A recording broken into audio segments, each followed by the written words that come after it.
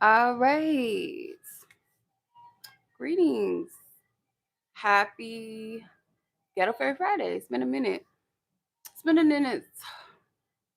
Feels like I haven't shown myself in a long time. I know we've been doing the green screen thing and the table, but yes, greetings everybody. Happy Venus Day. Hope everybody's doing good. We is busy. What's good? What's up? All right, let's do a sound check real quick.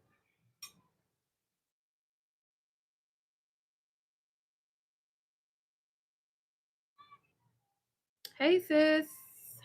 Hey Tori. Hey Ashley. Hey ladies. Happy Fairy Friday. Ghetto Fairy Friday. Happy Venus Day. All right, so I can hear myself. Hey Samantha. Hey, how are you? How y'all doing, ladies? How y'all doing? How y'all doing? So ready for tonight? Yes, me too. I'm excited for this one. It's been a minute. I haven't been on camera in a long time. Feels like. Um, I got my sippy sip with me. My margarita. Okay. I'm so obsessed with this I think it's Topo Chico. I think that's how you pronounce it. I know it's like a seltzer, but they have like a hard seltzer and then they have a margarita seltzer. But I'm obsessed with the margarita one because you get like I think 4 different flavors. Margarita flavor, traditional margarita. You get pineapple, you get strawberry with hibiscus flavor, and then prickly pear. So I've been obsessed with those. I love them a lot. Thank you, sis. Yeah. Thank you, Ashley. I enjoy those a lot. And I put a little shot of tequila in mine just to have a little more flavor. And if I'm feeling a little bartenderist, mixologist, I might get like some cocktail syrup or some pineapple juice and mix it in there. It's really good. So, yes, your heart belongs to the water. Yeah, so this is for those of you, y'all gonna resonate. I feel like this is gonna be one of those ones. I feel like that a lot of people can resonate with. I feel like um I usually cleanse the space, but I did not. So I'm gonna get my incense going, do a little smudgy smudge real quick. Hey Moonchild, how are you? Greetings. How's everybody doing? How was y'all Friday? How has it been? I'm surprised that because I'm not gonna lie, this week has been a little ashy. Not like too bad, but just like going through things within yourself. Not so much like I don't know. Like I really can't complain, but it's a lot. Adjustments, energy adjustments, especially like with um this whole like retrograde. We got a Saturn in retrograde. Mercury went retrograde today, and I definitely felt that for the last couple of days. Like, I don't know about y'all, but like for I don't want to be cliche about it, but like electronics is definitely a thing.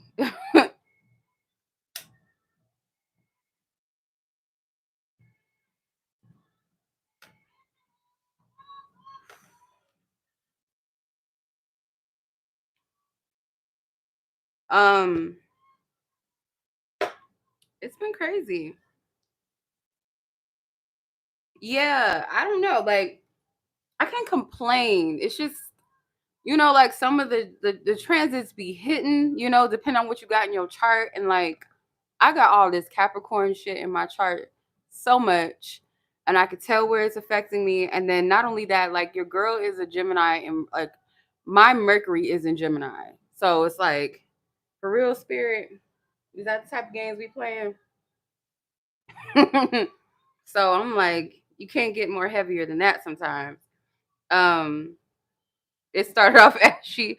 I know. You're healing though, sis. You're getting better though. It's not like you're not gonna stay there, of course. You sound like you're getting better too. So yeah. It might be like you clearing out. Like that's another thing too. Like I don't know if you guys have been like feeling like a clearing too. But yeah, no.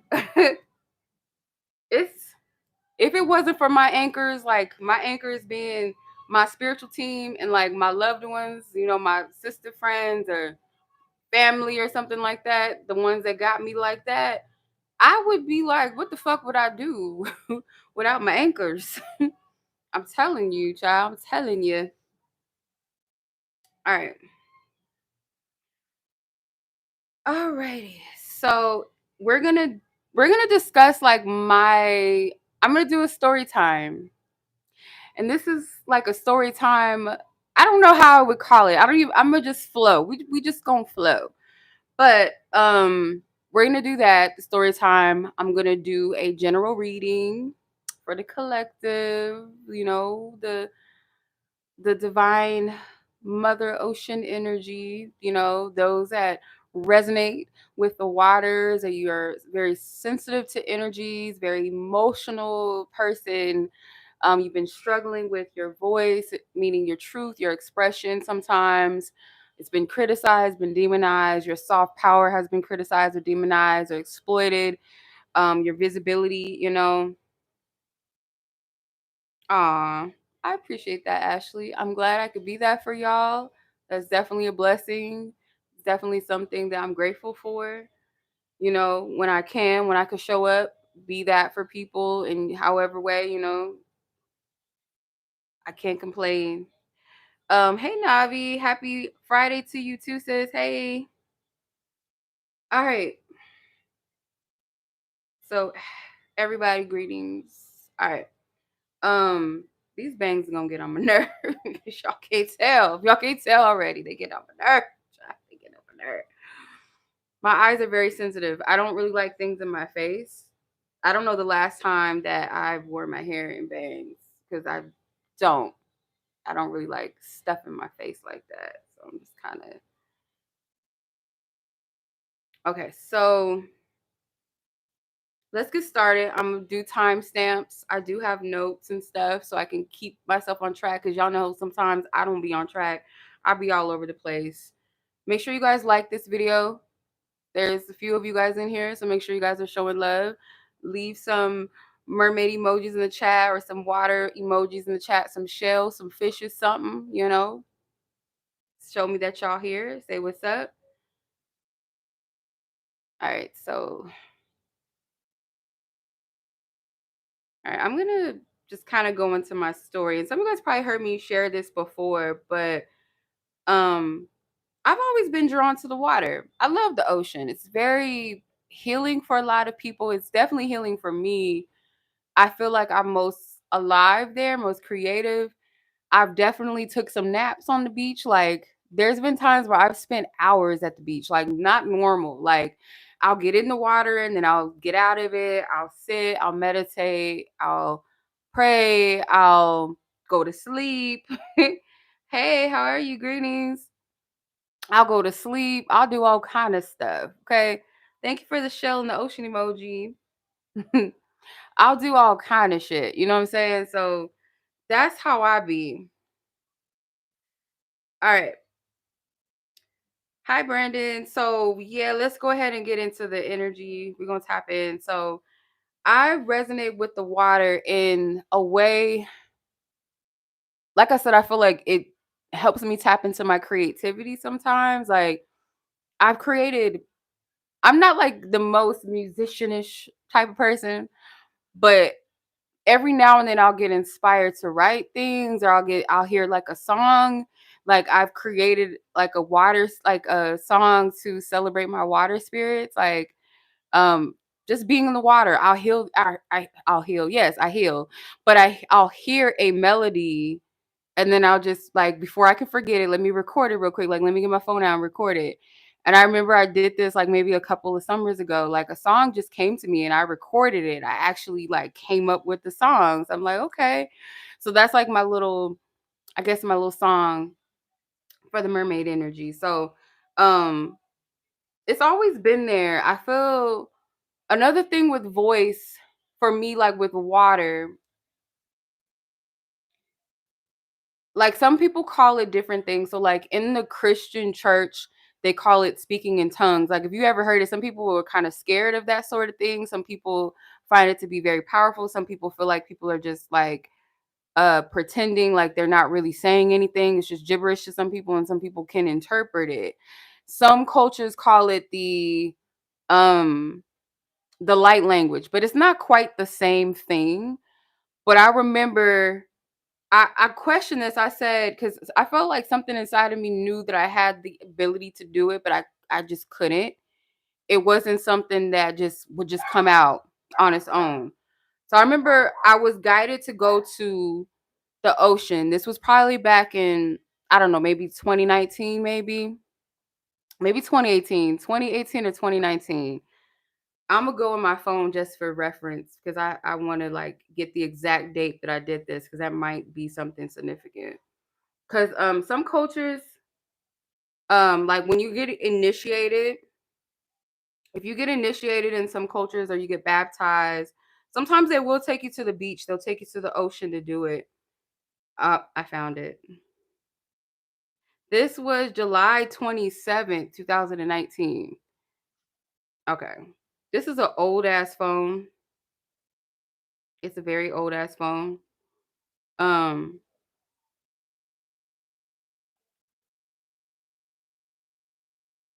but this was like I had went to the beach back in 2020, 2019, July 27th, 2019. I went to the beach. Something told me like when I go to the ocean, wear all white. So I bought a white dress for this. I bought a completely new dress and I was guided to go to the ocean and baptize myself and dedicate myself back to God. Have my ancestors walk with me. At that time, I was feeling more closer to Yemoya's energy. For those of you that know who Yemoya is, usually depicted as a mermaid form in African culture. Just got back from treatment. I hope you're feeling better. Whatever's been going on, I hope you feel better. Um, so how I know siren energy to be, I'm just gonna backtrack real quick. Because I feel like when people who think about mermaids and they think about sirens, they think about like seduction and allure, and they think about physical, visible beauty, right? Aesthetics of sensuality and sexiness and maybe even a little bit of dangerous energy. I don't feel like that's the only attribute of a siren's essence. Um, it's also for me, like as far as like what I've learned and discovered is that it really brings you back to self-reflection and restoration. That's how I see when I tap into mermaid's energy or what my connection feels like to the divine feminine energies. Thank you. I appreciate that. Is it's an energy of restoration and home. Um Also like another thing that I felt too was like the power of the water. It helps you to cleanse. It helps you to loosen up any shame that you have. Even like when I would do spiritual baths, like you can tap into water energy in any form of water, whether it's at your pool in your backyard, or in your neighborhood, or your own shower, your own bathtub. Like you can connect with the water and set the tone and the energy and the frequency for whatever it is that you're seeking to do. And usually water typically is to what? To cleanse and wash yourself, right? So for me, the water has always like been that voice that just called me back to center, back to self. Like I just there's times where I feel like I gotta go to the beach. I have to. And I'll figure out a way because I don't live nowhere near that close to get to the water. Like it's not that easily accessible to me. But I remember the day that I baptized myself in the ocean. I didn't have no priests. I didn't it wasn't none of that. It was just me and spirit, God, source, just trusting that. And I remember it wasn't like all beautiful and glamorous because I fell in the water, but it was kind of like when you think of a ceremony, you try to take shit too seriously. And it's like I felt the wave just kind of threw me back, like, bitch, loosen up, lighten up a little bit, okay? Like, it ain't got to be that. Hey, sis. Hey, Carol, how are you? It don't got to be that serious. So, like, I fell back in the water and I recorded this, by the way. I recorded the whole session and like I was thrown back in the water and I got up like, okay, it's a humble moment. Like, okay, we really gonna fall in the sand with this white dress on, I guess. Okay. Um, so I got in the water And I felt tongues, like I felt like the tongue, the whether you want to call it speaking in tongues, the light language, I felt like it was trying to come through, but it wouldn't come out all the way. And I did record that as well because I wanted to hear myself, like hear it for myself. Because I'm like, it's almost like it was I was saying it, but it was like almost in a way like I was trying to train myself to do it. Like I could feel it coming, but it wasn't like naturally coming out. So I feel like it was almost an activation. Now, um, the moment where I was able to speak in tongues, and this is still about the water. The moment that I was going through something at the time, I think this was like a whole nother year later. I think it was back in 2020, matter of fact. One of my friends had given me a spiritual bath pack. Like she sent me all these herbs to take a spiritual bath in. She's like, I feel guided to give this to you. I created it. Um, I just gathered up herbs I felt guided to gather and I want to give it to you. So I had it for a while. Um, oh, thank you, sis. I appreciate that. I had it for a while, maybe like a couple weeks or so before I was guided to use it. And I was going through something that day and I took the spiritual bath, went in just like I felt like I needed to do it. I just was like in that state of just like this. I was just so disoriented. I was like heartbroken. I was upset. And I remember I had did like a burn ritual of like an old picture of myself. And I released that part of myself. And I took this bath, distraught, hurt, whatever. When I got out of the bath, I still felt a little heavy. I'm not gonna lie. Like I still felt like the weight was on me still. And I was planning to take a nap and I put on a sermon. It was a Christian sermon that I was guided to. It was a channel that I used to follow that would have like, those little Christian sermons where it would just be like a video of people hiking and shit or jogging and running. And they would have this motivational speaking voice in the back. There was something that person said in that video. At that moment, I burst into tears, like something was lifted off of me, but I heard an audible voice say, "Get up or sit up." And I sat up. Then when I sat up, I heard a voice say, "Breathe, like take a breath." I took a deep breath. All of a sudden, tongues just started coming out, and I could not stop it. I couldn't stop crying. It was like a relief. A release was happening, and when I would think back on it, it was like I was calling out. I kept saying, "Mama." And then it sounded like I was saying Yamaya, Yamoya, or Yamaya. And I kept saying it, but it was not something I was controlling myself to say. It was like an activation. I couldn't stop it. And at that point, ever since then, I was able to utilize the tongues or speaking in tongues or whatever you want to call it. I don't like calling it light language per se because I don't know what even to interpret. I don't even like calling it speaking in tongues. I don't know what you would call that, but it wasn't something that I could control. So water for me, or just the power of water, even down to like ancestors and their relation and connection to the water, I feel like it's a sacred space and portal for us all, just as human beings in general, the connectivity to the water, to the ocean. Um, but I feel like just that whole experience for me drew me closer to the mother energy, because I felt so disconnected from the mother energy even in my own life, not really having a safe space, a safe matriarchal type of energy in my life, that that was healing for me, if that makes sense. Um and like not even just that, like I would have all kind of dreams of being in the ocean, deep in the water, swimming in the water, but um it's always a connection. I feel like, well, again, water represents like healing and cleansing, but it can be self-reflection. It could represent restoration. It could represent like a spiritual portal for some. It could represent your own healing space. It could represent um, just your voice. One thing I notice about like siren energy too, that lives within each of us, is that a lot of times like your voice either gets shunned or it triggers people. And I spoke about this in the past. Um, the oceans have reversed. Yeah, I did. Matter of fact, I watched a video, I think it was a couple of days ago, where somebody was talking about that. And I'm not surprised. um, but like your voice usually gets shunned by people, or people try to control it. It makes people uncomfortable.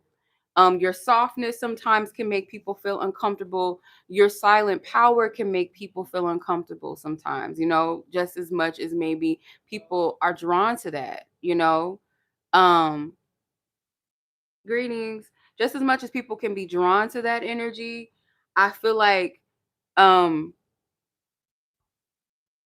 there might be a lot of shame sometimes that comes with your truth or your voice, like how you express yourself, your truth as a person, how you choose to live and walk your life, where you might feel like I'm too much or I'm not enough. I need to kind of pipe down a little bit, or people may have made you feel like you've had to do that for, um, so I feel like at this point in time, this is like a point not just for women, but I feel like for feminine energy that has been suppressed in us all in its own way, whether it's you're too soft or you're too bold, to where wherever people have tried to criticize that power about you, it's time to turn that and activate that all the way on, because you owe it to yourself.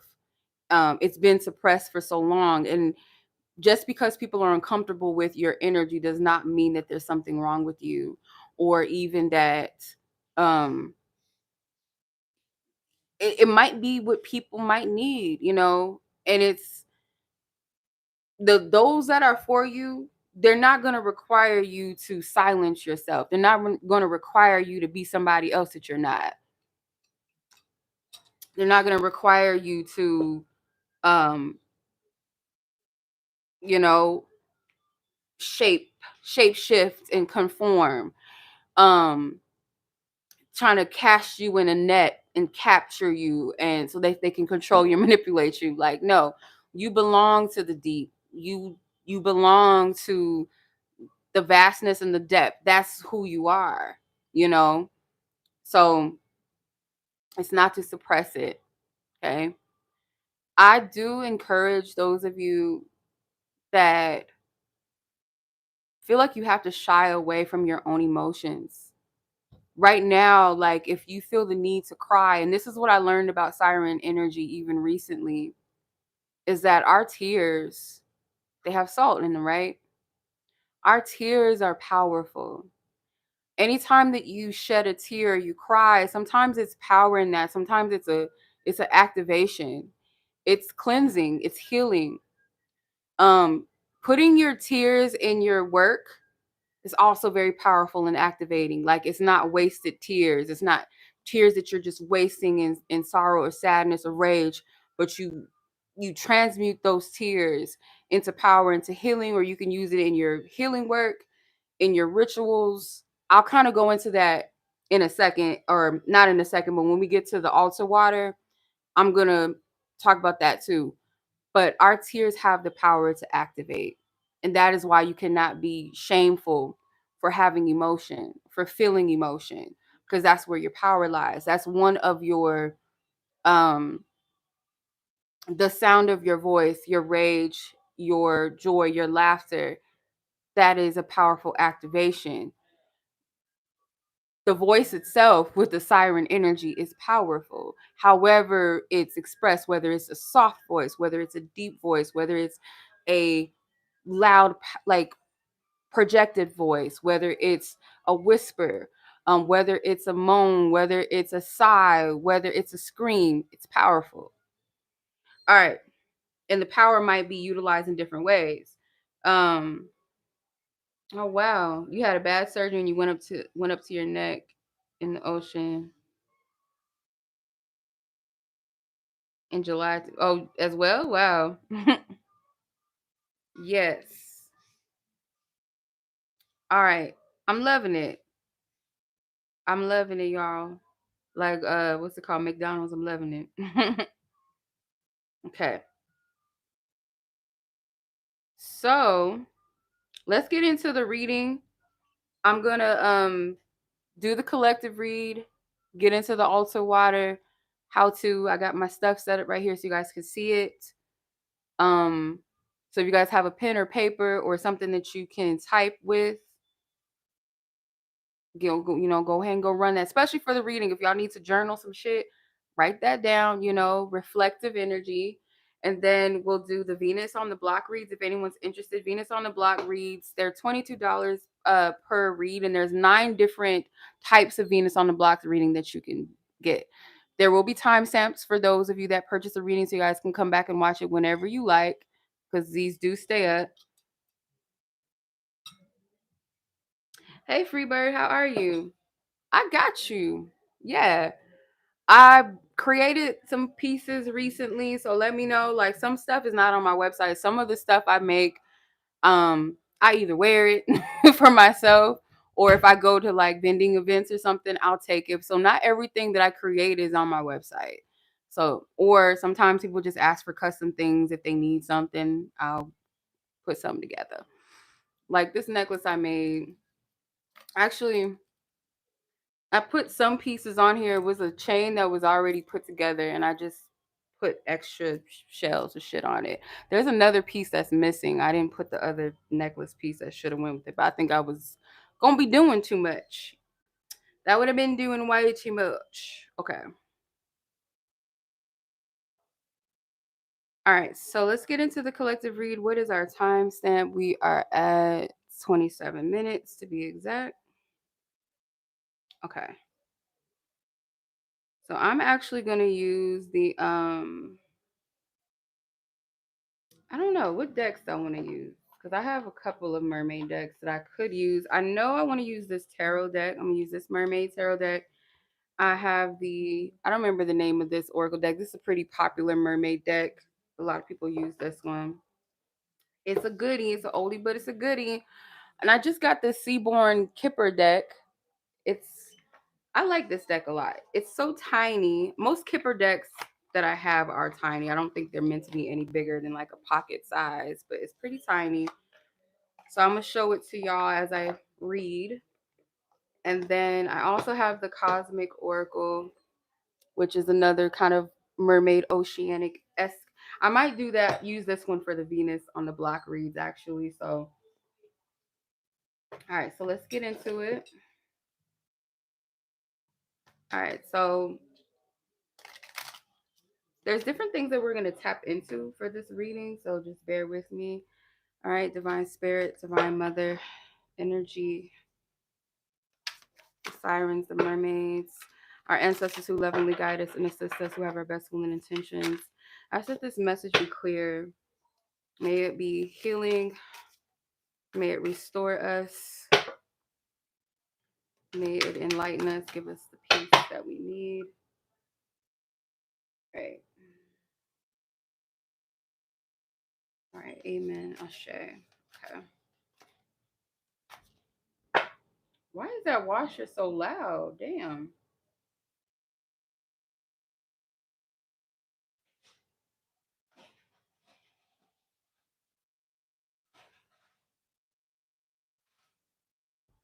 All right.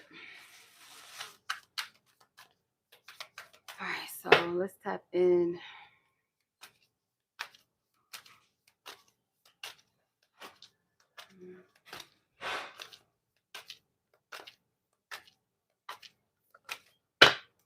Okay. So you have the 7 of Wands. Can y'all see that a little bit? Okay. 7 of Wands. The Moon.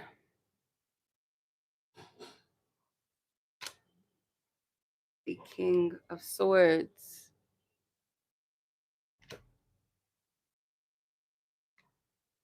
7 of Pentacles. Okay. So we have 2 7s. So 77 might be significant. 14, 5. That could be significant numbers. So what happens when you allow yourself to express your truth? Okay. So what happens when you speak your truth and you let your voice be truly heard?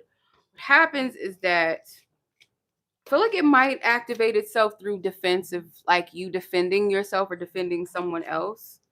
Um, you might not know where it's coming from, or like how, like it might shock you. It might shock other people. Like, where's this coming from? But it's been a long time coming. It's like you speak with precision and you speak with truth. You speak with wisdom. It's like you have the right to speak or say what you're saying, and it might shock you because it's coming out of a place of um it might come off as like you're being not aggressive, I would say, but maybe the tone of it is almost aggressive. Not the words, but your tone could come off um like yeah, like you're defending yourself and or you're defending someone else. It's very bold. It's very matter of fact. And I feel like once this happens, you might sit with yourself afterwards and say, should I have done that? Should I have said that? Or should I have said it like that?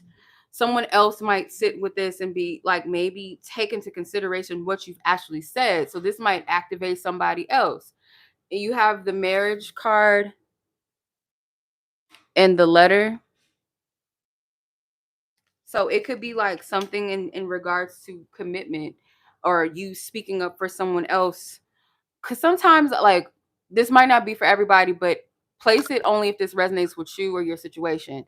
Sometimes what happens is like you might see something in a person's love situation or relationship that you might feel like it's not my place to speak on certain things, or I need to just like stay out of it. It's not my place, but it might be something somebody needs to hear. You know what I'm saying? Like, it's a difference between you meddling in somebody else's business or inserting yourself where you're out of line, and there's a point in where sometimes things do need to be said.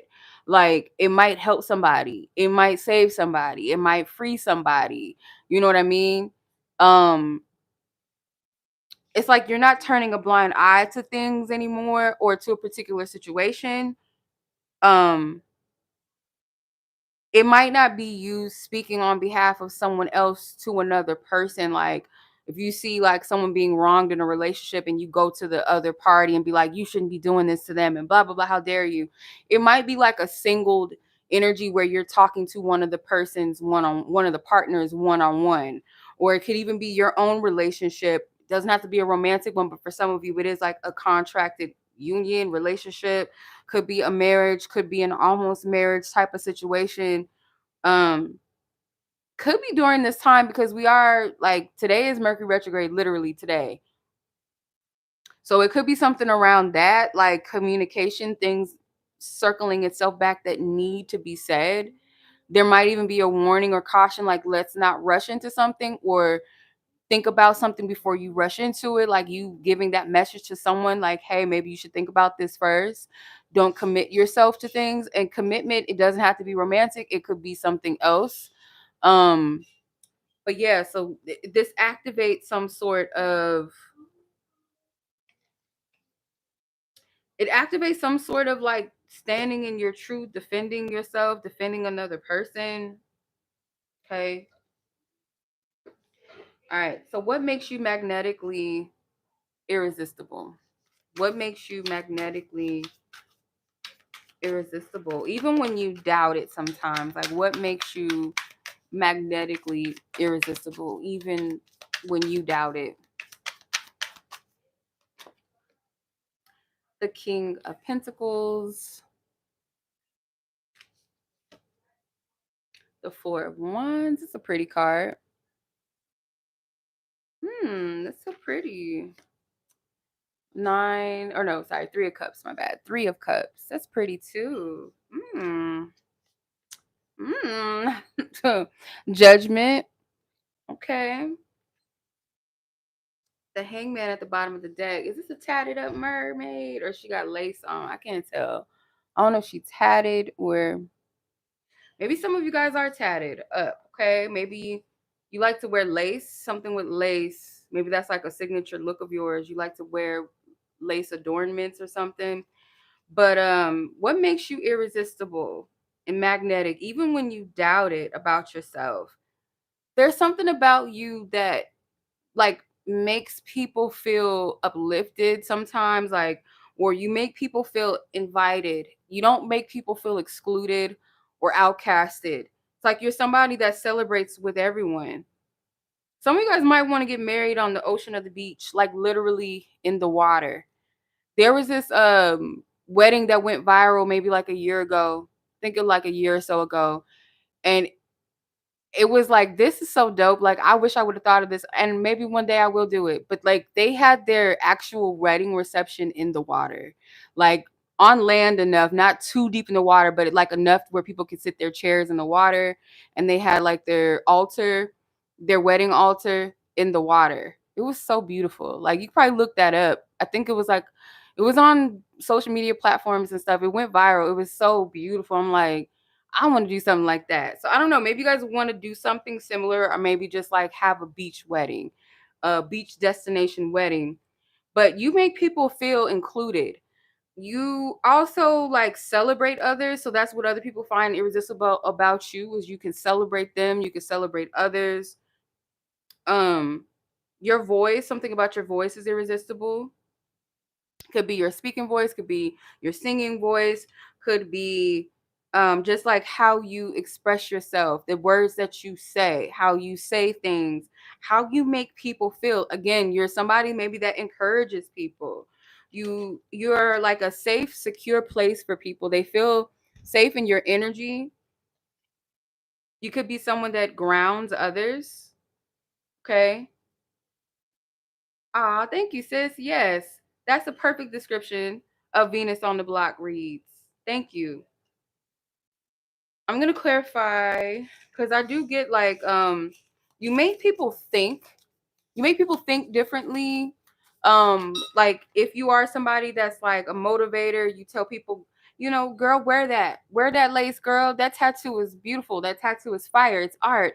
You activate people with your voice, like where people are like, or maybe that's you, like maybe you need to hear this, like certain things about yourself. Spirit might use other people to speak to you about the things that are desirable about you. So the things that you might not see that's irresistible and magnetic about you, people speak it to you. They tell you, like, I love your tattoos. I love like the way that you wear lace, like how you incorporate lace in your style, or um there's some sort of uplifting energy, or I feel safe in your energy. You make me feel seen, you know, you make me feel celebrated, and I want to celebrate you. Like somebody might tell you that.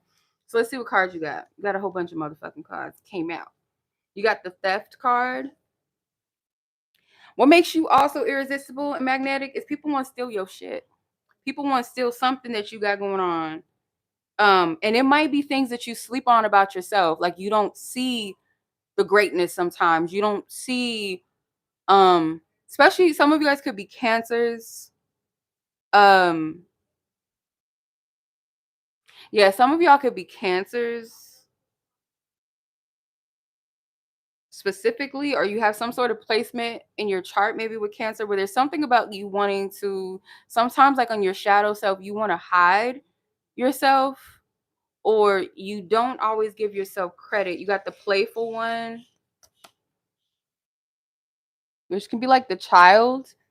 You might have like a playful nature, you're funny, you're lighthearted. People find your ambition to be very irresistible, attractive. Got the ambitious one, you got the sad news. So yeah, like when you're going through something and someone tells you, like the people that love you and uplift you and encourage you, they're telling you truth about yourself. These are the things that are magnetic and irresistible, the things that they speak to motivate you and uplift you. And or for some of you, like when people are going through sadness, you have the ability to lighten the person's energy back up, their mood, shift it for them, help them to see different principle. So yeah, again, your energy is very admired. You got the prince, a second principle. There's two, no, I think there's four different principles in this deck. So they have a feminine energy, they have a masculine energy, and I think um there's a there's like two different masculine archetypes and 2 feminine archetypes, I think, in this deck. So whether you are a woman or man or feminine or masculine energy, however you express yourself, you're looked at as somebody that people take seriously, that they respect you. These are things that are admirable about you. Okay. Could be something about decoration too. Like I get party planning vibes from this. 3 of Cups, 4 of Wands energy, or you're a good time to hang out with. People like being around you and your energy, or you make things fun or more lighter, or you plan really great parties, or people like hit you up about decoration or decor, something like that. That's another thing. Some of you, that might be your business, or it might be a business that you like might want to invest in or get into actually, because that could be like another calling of yours, another way of expressing yourself, your creativity. Okay. So who's drawn to you and why? Who's drawn to you right now and why? Or the types of energies, types of people, and why? Thank you, Spirit. Who are, it's almost like some cards are like acting like magnets. They want to come out badly. 10 of Swords, 8 of Swords. Hmm. Some of you, it could be, I don't know, people that feel lost sometimes, maybe feel depressed, looking for clarity, looking for direction, looking for truth. Could also be people that you've cut off. This could be like, yeah, people that are kind of maybe missing your energy or your light, or they feel lost. I don't, let's see. Who's drawn to the collective right now? King of Pentacles again. Yeah, something like you might have been a stable pillar of energy for people. And like without that energy or without that structure, um, I feel like these are people maybe you stopped investing your energy into, you pulled your energy away, you pulled it back. Yeah, this could be family, this could be friends, exes, co-workers, like wherever you would invest a lot of your time and your energy.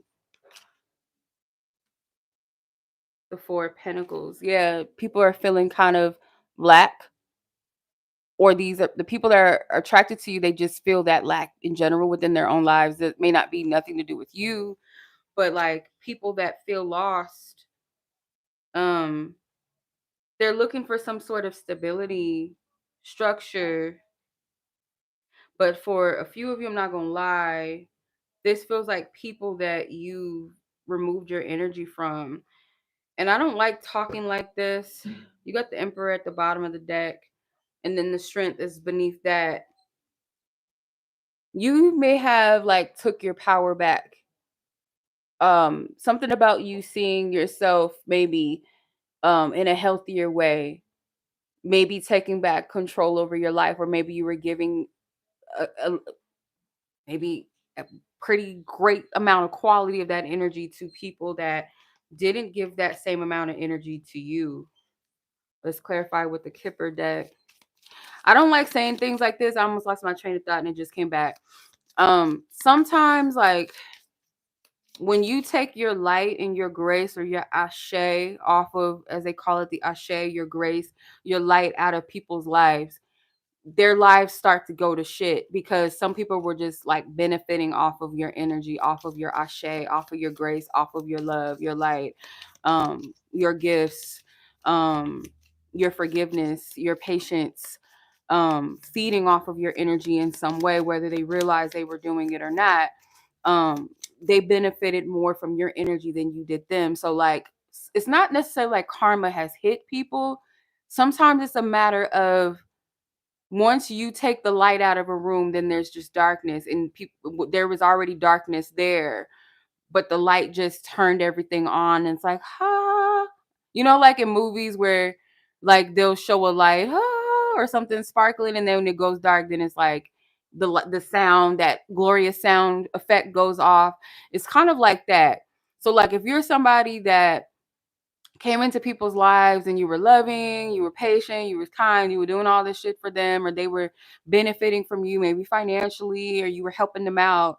And these were people that already had their own internal issues, or they weren't trying to find their own, purposes or do things for themselves or get their own money, do whatever. They just weren't doing anything for themselves. So it's not necessarily that when you remove your energy that they're facing karma now. It just means that they're left with themselves. And that could feel like, damn. But it's like, no, that energy was already there. It's just you removed yourself. So now they're just faced with their own shadow that they have to find their own light. And in some cases, sometimes it is karma, like people's karma, like hitting them, like you get what you put out, right? However you treat people, that's gonna come back to you. Okay. So you have work. Yep. I don't know if y'all can see that. Work.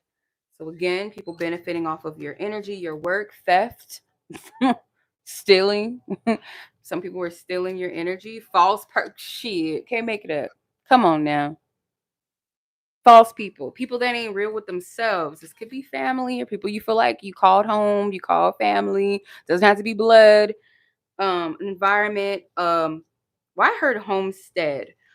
That's weird. Homestead, or some people like your hometown, something where you had to leave energy in the past.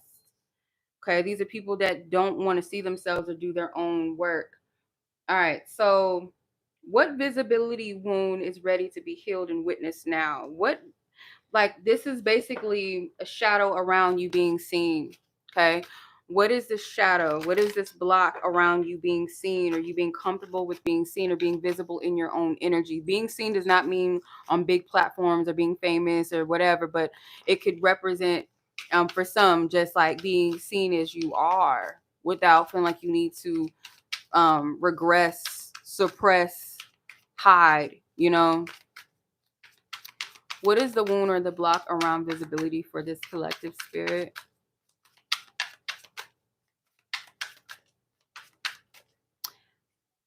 Alrighty. This is a pretty card. The Knight of Wands is a woman in this deck, and you got the World. I'm gonna pull some more, but these two wanted to come out first. Um, it's like you do fear being seen quite a bit, because some of you may know you've gotten quite a bit of attention in your life, or maybe just people always being in your business, making assumptions about you, you being the topic of people's discussion, whether good or bad.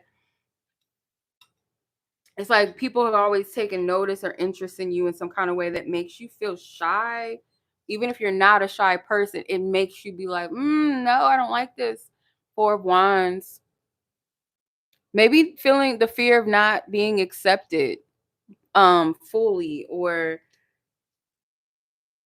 sometimes maybe you don't feel like you belong or fit into certain groups or something. The Sun card. Yeah, you're meant to be seen. I mean, I don't know what else to tell you. Look at this. She's thick. This is a thick mermaid. She got some, she got some body yaddy.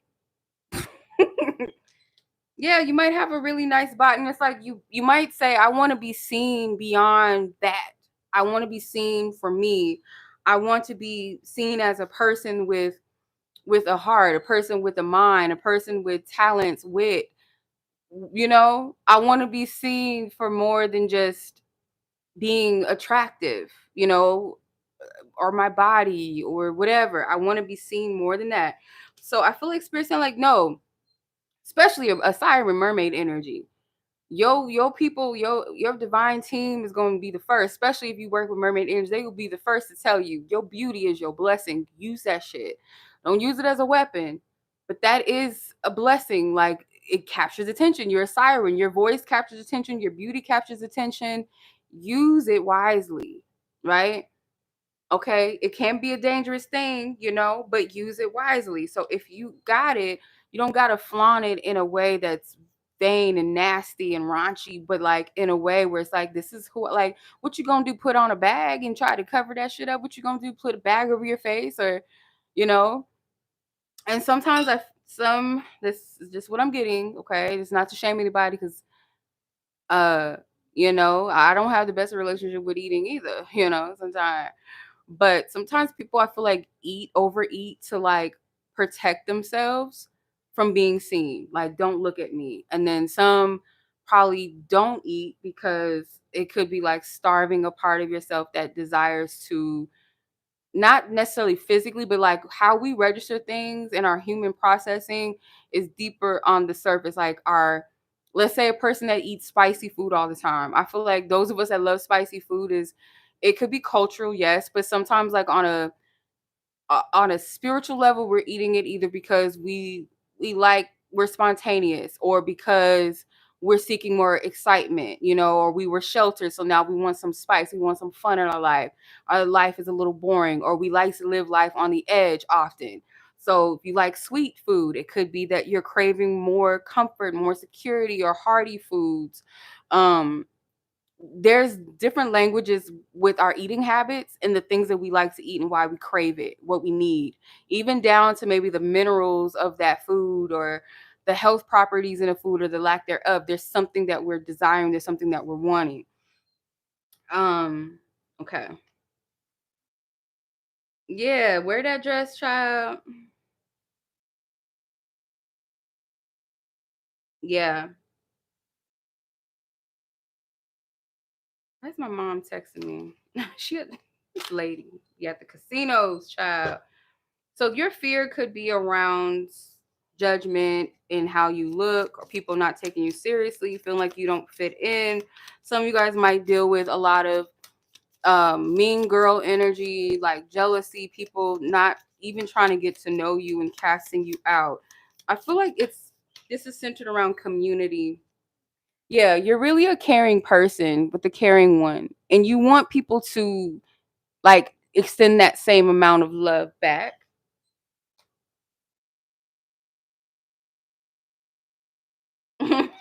Thank you, sis.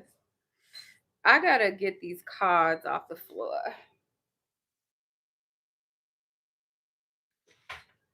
Ooh. If people want to be mad, they're gonna be mad. It's not anything you can do about that. That's something we gotta accept as human beings, no matter what age we are. Like the older you get, the more you understand that you're not gonna be for everybody. Not everybody's gonna like you, and that's a blessing sometimes. Oftentimes it is because whatever rejects you is your protection. It's not for you, right? So you got the house again, the ambitious one, in a long way.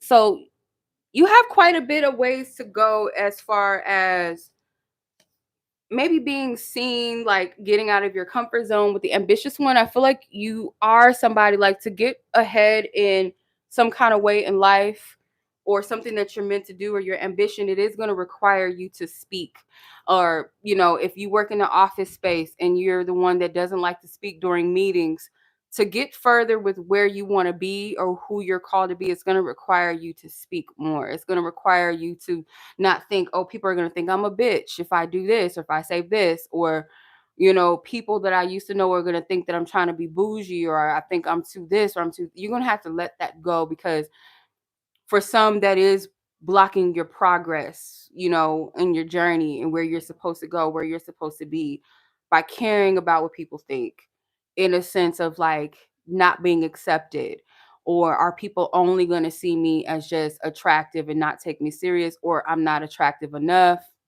one of those things. um so I'm going to go ahead and let's see, let's tap into the next.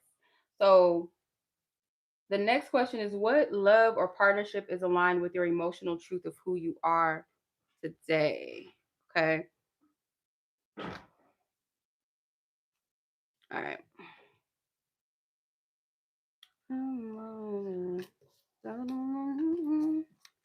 My parade. Okay. What type of love or partnership is aligned with the truth of who you are today?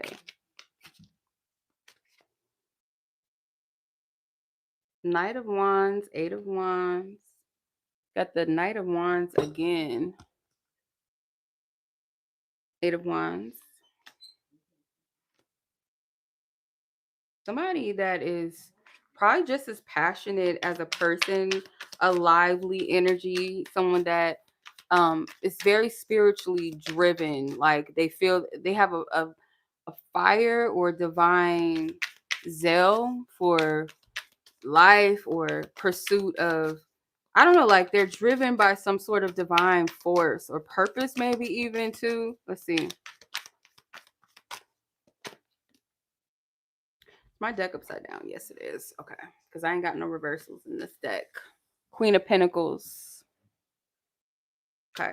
Someone that you can feel safe with. Someone that you can trust. Someone that you can build with. Somebody that I feel gives you a safe space to grow. A safe space for you to plant your own seeds. A safe space, someone that allows you to invest, be true to you, someone that will invest in you, but also allows you to invest in yourself, like not try to control, not try to manipulate who you are and what you are. This might be somebody that likes to see you develop and grow, expand. They might like something that you do for work, or um, this could be very specific, but like if you garden, if you're a gardener, or um it's something about like watching you create something beautiful that feels like very lush. So it could be like how you make your space feel like home and lush and beauty and security, safety, artistic. Or if you are someone that has a beautiful garden, or you paint, you draw, maybe the way that you do your hair, your makeup, if you wear makeup, or maybe even how you adorn, how you dress yourself, and not in a this could be all of that in one. It's like they admire how you make things more luscious, how you take something that's already there and make it more appealing, more beautiful, more I hear the word abstract. They like to see you grow in your, like I said, so like they known you to be one way and then you expand and grow, or something that you've been working towards, even your own self. They love to see it. Five of Swords. They're not your competitor. This is somebody that you can like drop the swords down. You don't have to carry them. You don't have to like protect yourself. You don't got to do that. This is somebody that fights with you. I hope you see this. I want y'all to see this. These two mermaids, it's almost like they slayed everything and everybody around, and it's just them standing. It's like this is giving Trinity and Neo vibes. So this could be like both of you guys have each other's back spiritually. Like this is somebody that will fight with you, not against you. They'll fight with you and for you.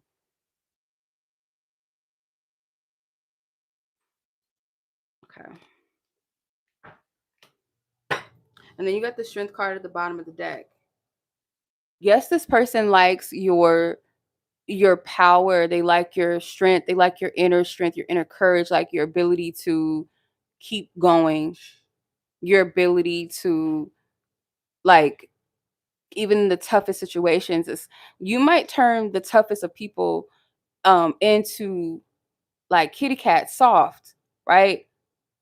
Or people that are your enemies, like they may eventually just turn to soften up and maybe like you. Or yeah, it's kind of like, an animal that's scared and they're caught in something, like they're caught in a trap, or they've caught themselves up in some wire or something, and a person comes near them and tries to rescue them, and they might be very timid, like don't touch me, or they might be very aggressive. That you have the ability to bring people to like security, safety, and trust, even if they act with defensiveness, act with, it's like your light, your kindness, your patience, your truth, your compassion with people helps them to trust and to let that guard down.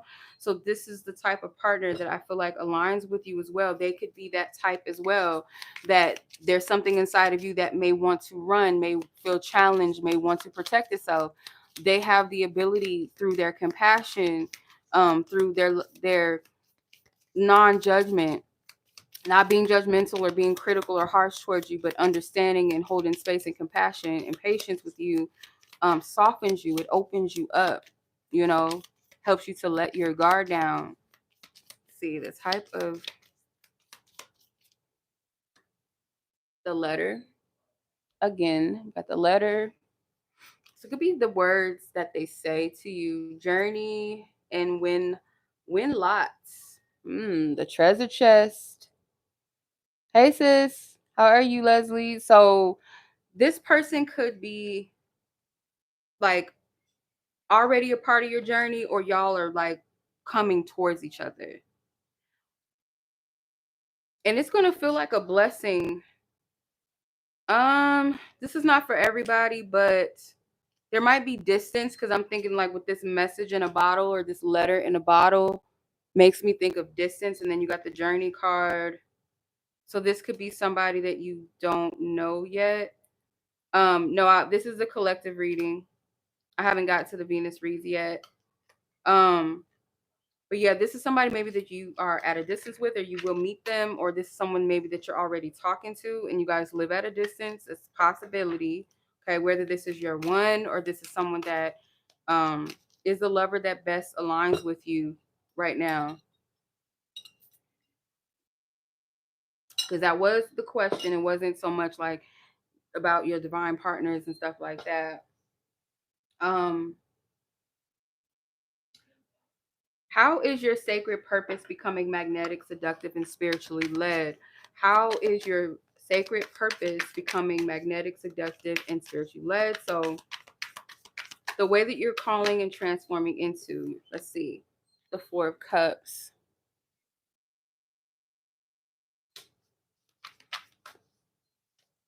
Okay.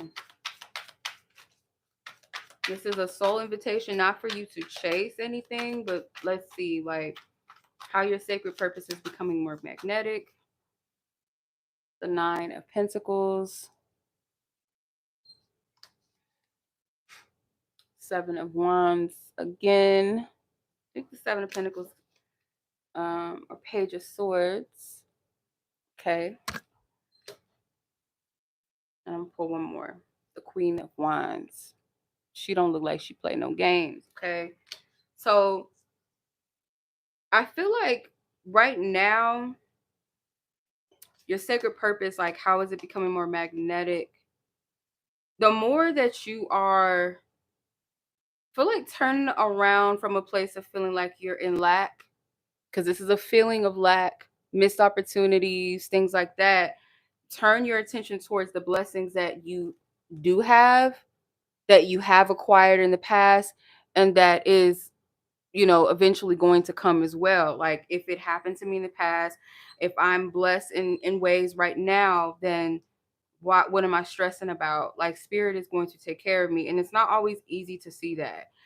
If it feels like lack or it looks like lack on the outside, you are going to have to continue to push forward. You're going to have to push yourself at times where you don't want to, you know, have the mind of a child that's curious about life, that looks forward to what life has to offer, that gets excited by what's in front of them and can take you know, take a cardboard box and turn it into a rocket ship in their mind, or literally take that rocket ship, cut it out, paint it, put stuff on it.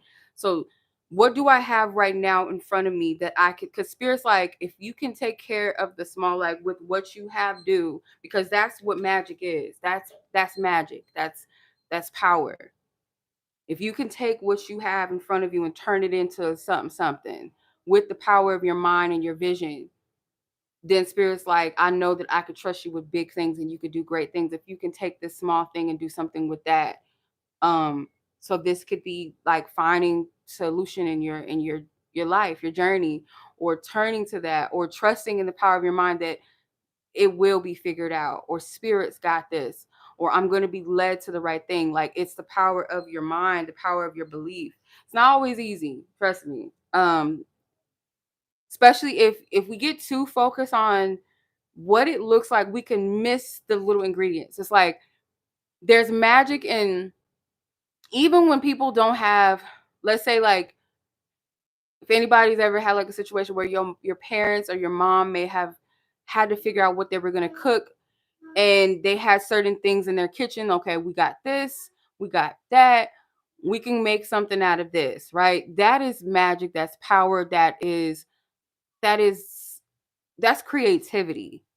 Even when you're in your survival, sometimes it kicks in. Like if you've ever watched those shows, those cooking shows, where or like yeah, like the cooking shows where they give them some crazy shit, some I don't know, some fucking duck duck knees or some duck feet or some shit, right? And then they give you some chocolate and some peanut butter and some rice and say, create a meal out of this. Somehow, some people sometimes that should be tasting nasty to some of the judges. Sometimes they're like, I like how you drizzled the chocolate on the duck foot. I don't know how they do it, but that's magic. That's creativity, right? So it's kind of like that with life circumstances.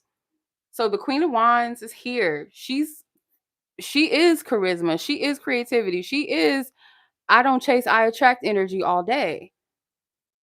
So that's you. That's where your energy is. As far as your sacred purpose, you're in that energy or spirit's calling you to it. Take your focus off of what you believe that you lack or looking at what everyone else has and you don't, and look at what you have because you got something. Keep dropping cards.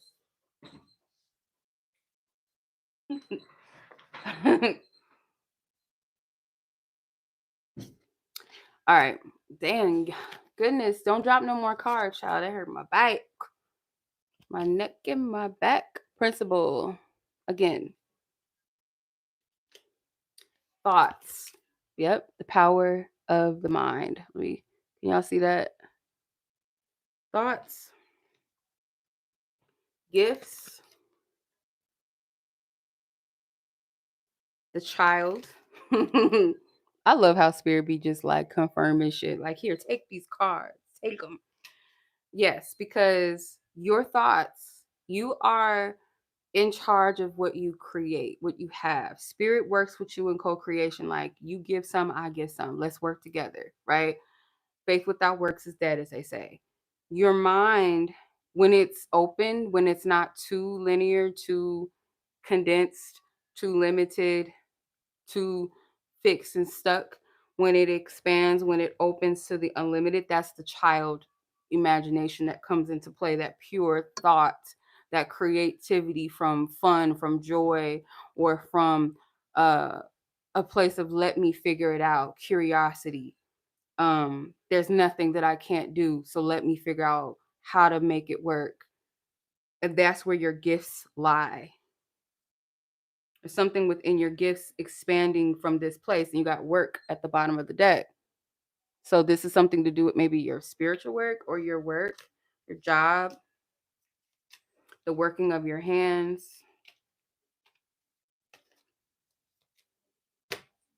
Mm. Yeah, there's hope. And there's people around you, like spirit places certain people in your life just as they place, people in your life to help you. Yeah, there were people that's placed in your life to deter you, to discourage you, but there's always going to be that other voice that counteracts the negativity to remind you that you're good, that you're loved, that you got this, that you're divinely protected, that you're on the right path. um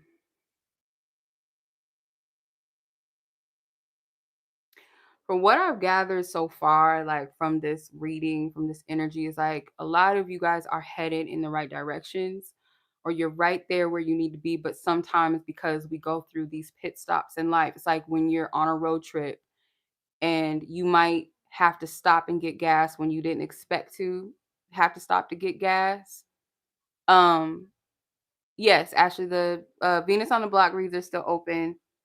Um, where you have to stop, or you're like, shit, I got to go to the bathroom, or someone else in the car got to go to the bathroom, and it's unexpected. Your estimated arrival time based off of when you left your house to that destination says you're going to get there by 8:28 p.m. But you're stopping, and it's like, fuck, this is going to throw us off. But you're still going to reach your destination. So those pit stops are not a manifestation of something being wrong or that you're off path, or you might blow a tire, and that might be a whole thing that's like that's unplanned. I remember I went on a trip with a friend, like this was a few years ago, and her tire popped. We're on the top of a motherfucking mountain. Like we were driving up to go to this particular creek, and the roads are so bumpy because it's an old street that they haven't even thought to like uh fix the pavement of. Thank you, Ashley. And so like we're in the middle, and thank God it's still early in the day. Like it's not late at night, thank God, because our phones weren't working. So we had to pull over, and with just the hope that somebody would see us and like hopefully help us. So thankfully she had a spare in the back of her car, and this couple pulled up, and the man didn't really speak English too well. And I don't know, we just be like too spiritual sometimes, like when things happen, but like we both looked at the guy and we're like, I don't know, he giving Ogun energy. And I just felt like, okay, that was help. And it was something to the Ogun thing. I don't know if she said that she was feeling Ogun's energy all week or something with that. It was something that went like, it just was like, oh shit.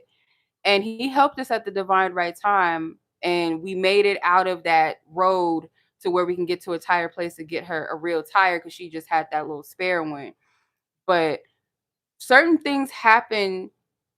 Actually, like the detours, or what we perceive to be detours, oftentimes are not detours, but they're like to reground us, to um kind of reshape the way that we view things, or to awaken different things or lessons, shift our perception, refine us, sharpen us. You know what I mean? Like it's a part of it, and it's not always a reflection, because as humans we could really be hard on ourselves sometimes, right? But thank you, sis. I got it. Yeah. Thank you, Faith. Yes, thank you, y'all. I appreciate it. Okay. So what is it that the water spirits, whether it's, the Yamoyas, the Sirens, the Oshuns, the Mamiwatas, um, what is the message that they have for you in regards to your self power, any divine timing, or you being chosen, you attracting rather than chasing? Like, what's the message? Your voice, your visibility, like everything that we talked about so far. What's their guidance or message to you that we may have not covered yet?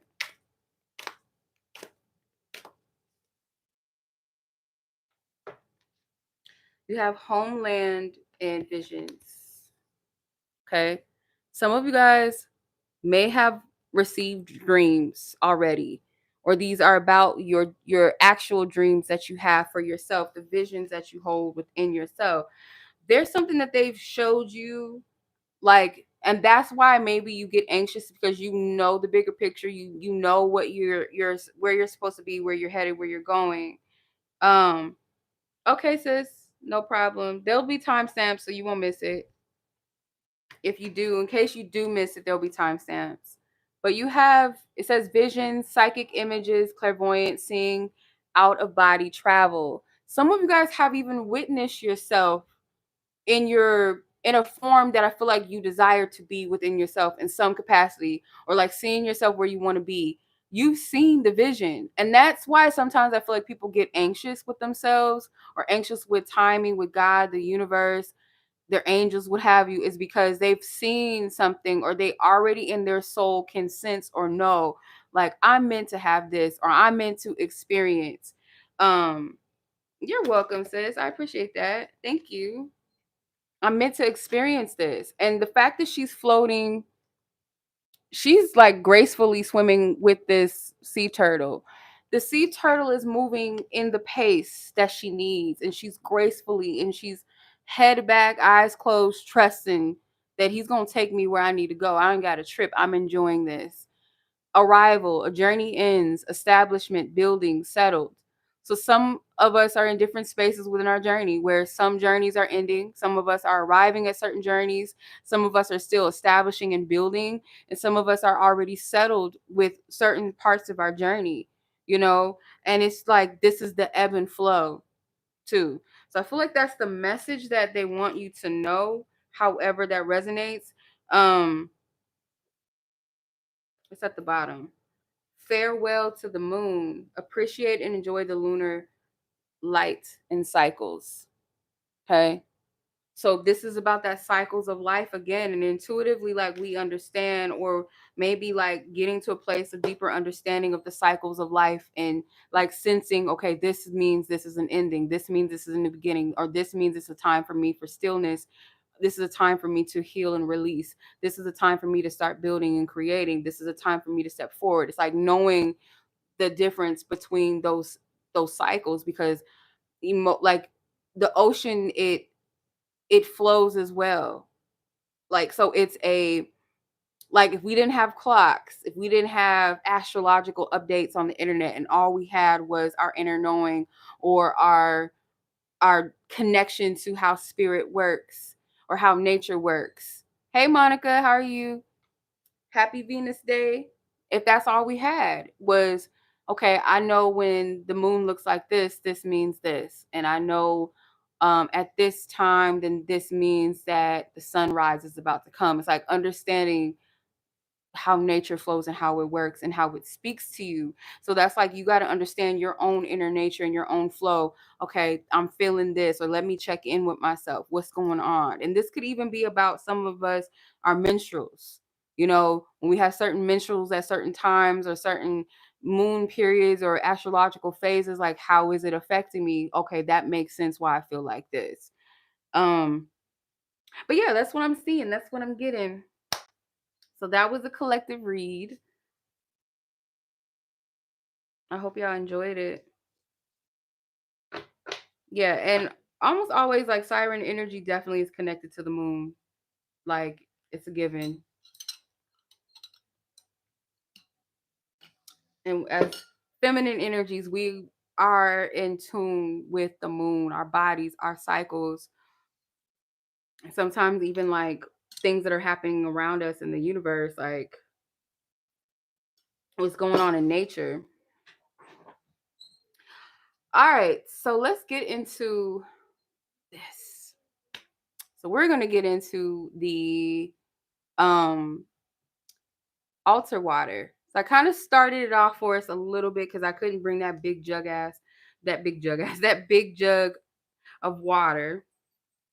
So let's timestamp 77:37. Okay.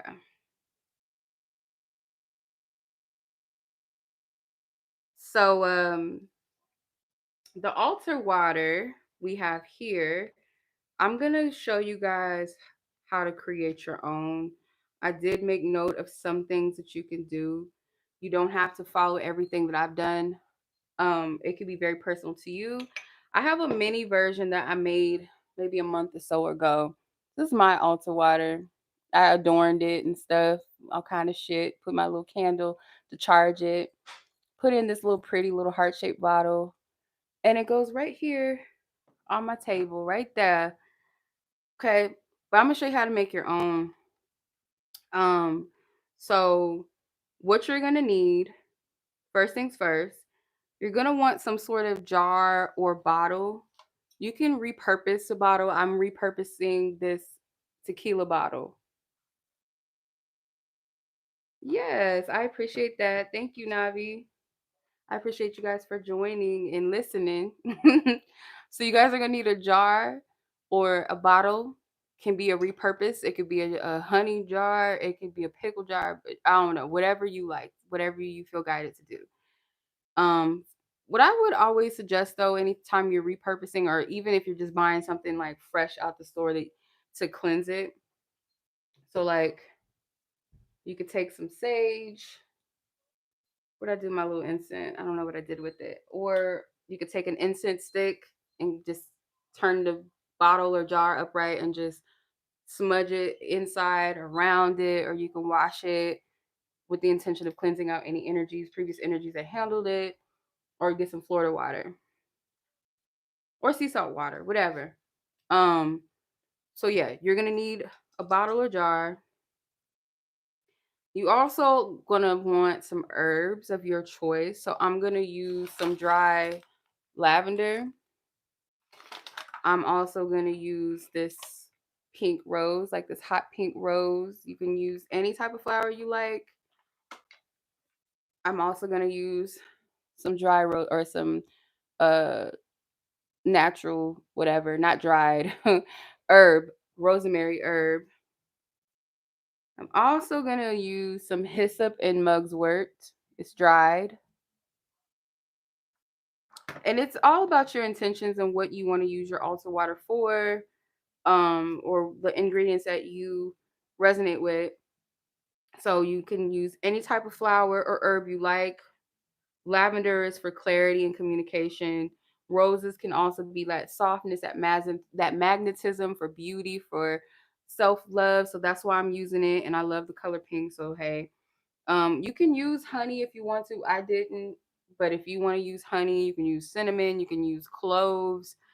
I might put some cloves in here, even though I forgot to grab my clove. I might put some clove in mine too. Matter of fact, you can put crystals in yours. You don't have to, especially anything dealing with siren energy, like aquamarine is a good stone that you can use to charge this. Um, if you want to like place it on a mirror to activate it with that siren energy and what it is, whatever that uh your energy is charged into it, you can. You don't got to do that. But if you want to, you can use a candle if you want to like charge it or sit it next to a candle. Like with this, it has a cork top to it. So it's safe enough for me to have like put one of my little chime candles on it and set an intention to activate, charge it, because that's what I did with this. But you don't have to do that. Um, if you want, you can use rose water instead of roses. I did not. I used distilled water. So anytime you like making Florida water, you want to half and half, like uh the ounces of the water or the bottle itself, you want to split it. Half and half should be water. The other half should either be usually I use vodka. I'll use some clear vodka. But this time I'm gonna use some witch hazel. So you can use witch hazel or you can use 40 proof alcohol because that's what I used. Um, and then some people use rubbing alcohol. I don't feel comfortable using that. So I'm gonna use witch hazel this time instead of the vodka. So half and half water and half whatever um the other liquid is that you choose to use. Okay. What else? All right. So that's what you could do. And then before I forget, I did use some Mediterranean sea salt. You don't have to use sea salt, but this for me, like to get that oceanic vibe, um, this works fine. Another thing I did use was a drop, not too much, but just a little drop of some moon water that I collected. The last full moon we had, I think was it an eclipse? I don't remember what. It was something special about that last moon, but I was guided to put some water out and charge it that night of the moon. So I used that here in this one, not in that one. No, actually, I think I did in this one. I think I did. I don't remember. I think I did use some moon water in that one. Going back to the whole sea salt thing, because I mentioned tears earlier. If you genuinely or whenever you do, because you can open your altar water whenever you want to use it, right? So if you ever have a moment and you want to transmute the energy and give your power of your tears to your altar water, put some of your tears in that mug. Put some of your tears in that mug. So to make it smell good and everything, or to add the good, I use vanilla and jasmine essential oil, just a couple of drops, not too much, of course. And then there was another ingredient that I put in there, another essential oil to give it kind of more. I tried to duplicate as best as possible the perfume that I made because I made some siren perfume and it smells so good. It smells so good. So I try to kind of stick to that and remember it as best as possible what I put in it. But it's not so much about the smell so much because it's about the intention and what you're going to use it for.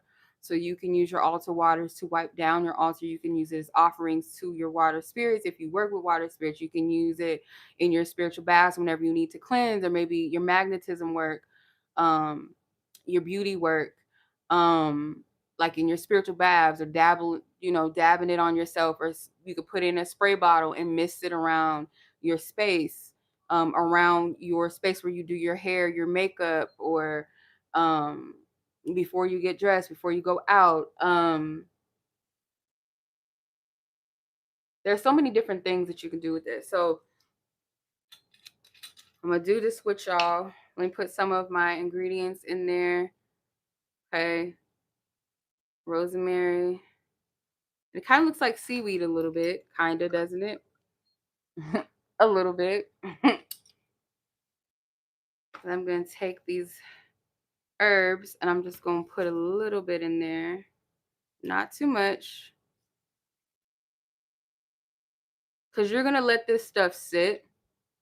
Some people will tell you you want it to sit for like a month or so to kind of make it real potent, make sure all the ingredients get up in there.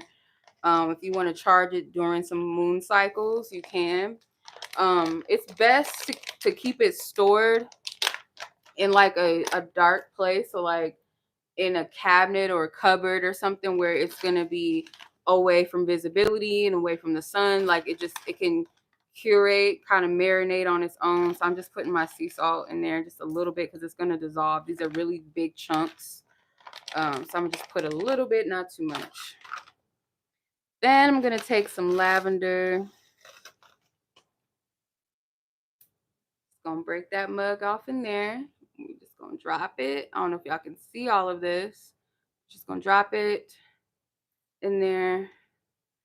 I might put another twig in there real quick. Let me see. And this is dried lavender. So I mean, if you got it like that, where you could find you some like fresh lavender, or you can use lavender oil too if you don't have lavender, or that's if you even want to use lavender, because some people just don't care for it. But I like lavender. It makes it smell really good. And lavender is also in the traditional Florida water. That's one of the ingredients that they typically use. I'm not going to use any lemon or citrus or anything like that. I did think about putting some coconut oil in there, but I'm not going to do all of that in this. I don't want it to be too greasy, too oily, because I'm already putting essential oils in it. So I don't want to do too much. So I'm going to just put a couple of drops of my jasmine and vanilla. And this is more so for the scent, but they do have properties as well. So, I mean, it's not just for the scent, the good smell of it, but that's part of the reason why I'm doing it, because I want it to have some smell good. It's just me personally. Okay. We're going to take our roses. Just put a little petals, couple petals in there. I'm not going to put the whole rose in there, but it's still fresh. It's not dried out. I would say it's best to put it like fresh rose petals rather than dry, but you can always use rose water. Too, like I said, you can put some rose water, and it's already looking kind of pretty, ain't it? Ain't it looking kind of pretty? Ain't she pretty? Yes, she is. All right. So let's get the witch hazel. I'm gonna fill it up halfway. I don't like the smell of witch hazel. To me, it personally smells like Elmer's glue. But I'm gonna use it for the potency, because sometimes the lavender or the vodka is not as potent enough for me. It's gonna take forever, girl.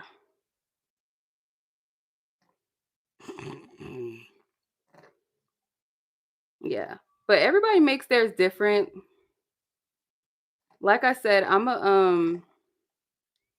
gonna put some clove in mine, some fresh cloves.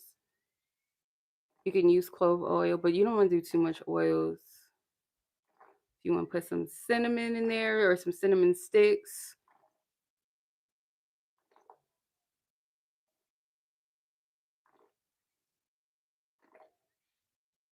Okay, I think.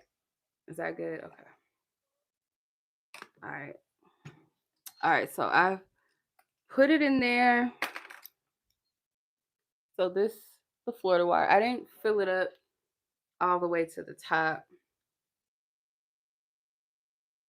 Okay.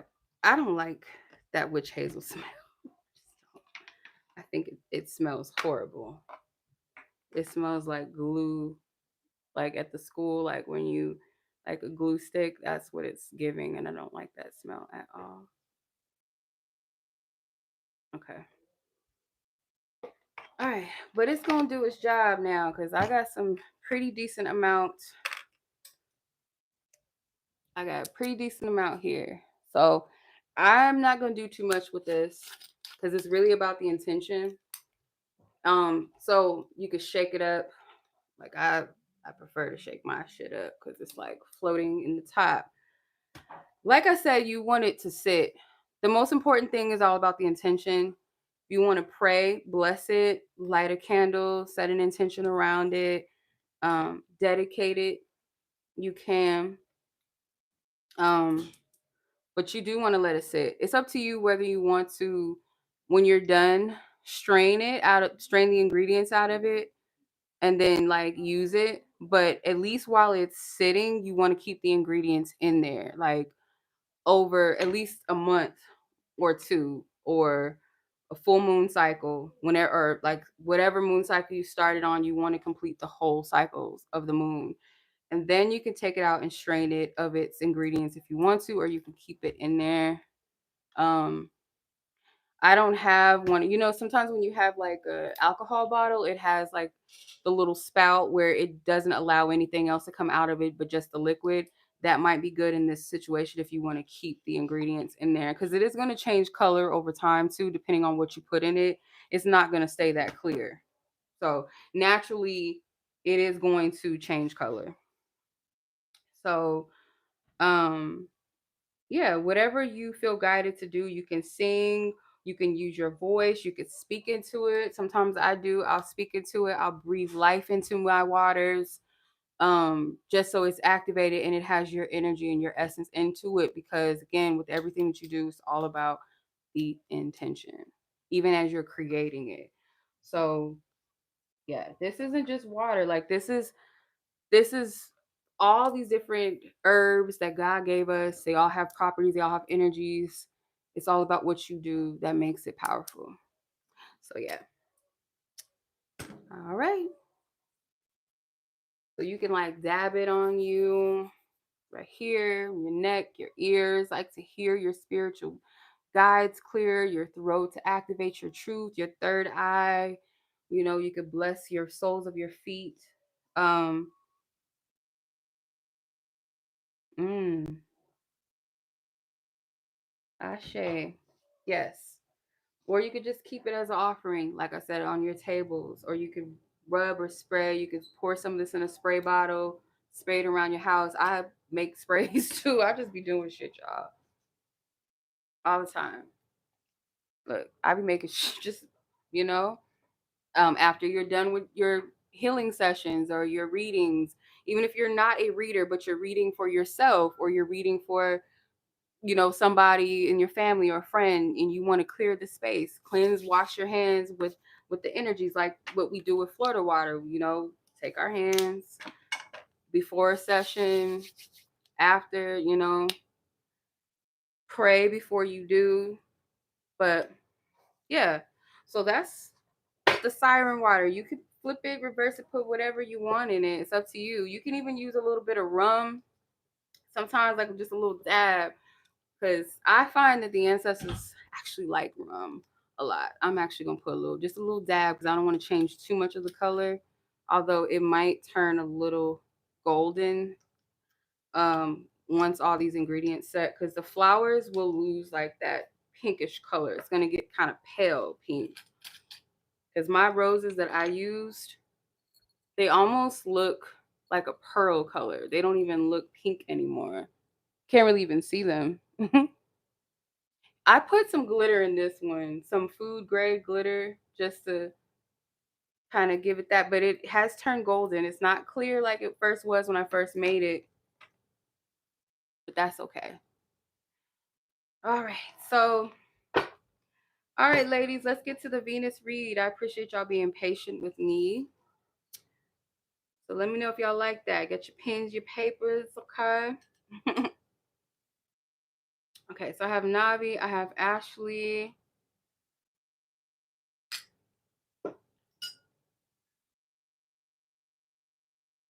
And yeah. Anyone else is interested, there's 9 different Venus reads for you guys to choose from, like different categories that you guys can choose from. So it is up to you. And if you feel led to more than one, that's fine. Okay. All right. So Miss Navi, you were up first. What is that? I think that's 35, 45, 35, 45. 135, 45. Okay. Your timestamp. Okay, let's see which one that you got.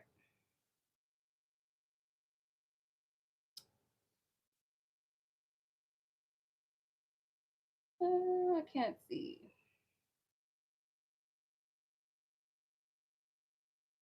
I think yours was. Which one did you get? The mirror one. Okay.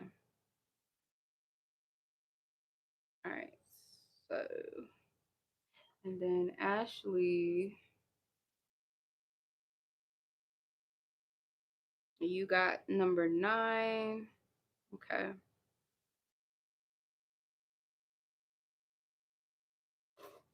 All right. So I'm gonna use tarot and the cosmic oracle.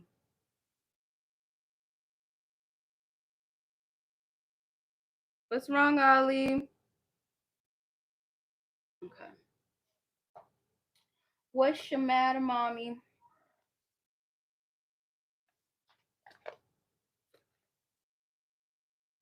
Sometimes like the bottom of these boxes be looking like cards, because I notice sometimes I'll forget a card, like when I put the rest of the deck back, it'd be like, damn, there was a card still in here.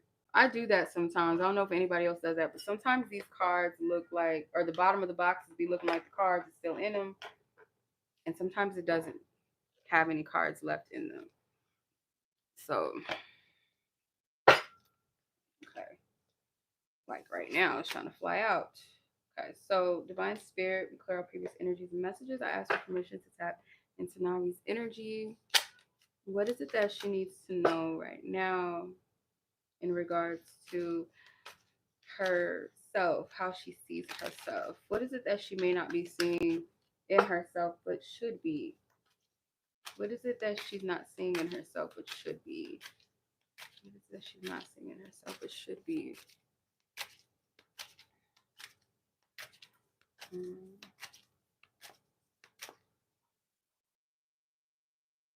The 9 of Pentacles,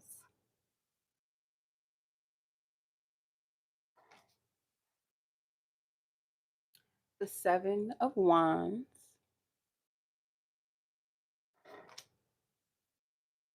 the energy of you have, okay, no promises. It's like you have everything that you think you don't. It's like things about yourself that maybe you look outside or you compare, or sometimes where you feel like you're lacking. It's like spirit saying you have all of that. It's like you're everything that you think that you're not. Like the parts of yourself where, oh, I'm not this, oh well, I'm not that. Like you are that. Why isn't this something that you could see though? It's a form of trying to protect yourself, but from what? Yeah, because I do feel like sometimes you compare yourself, or you tell yourself that you're not enough of something. Longevity, luck, fearless. I forgot how to pronounce this plant, but this is supposed to be like a magical plant that some people use. I see them at weddings sometimes. Wisteria rooted, wisteria. Wisteria.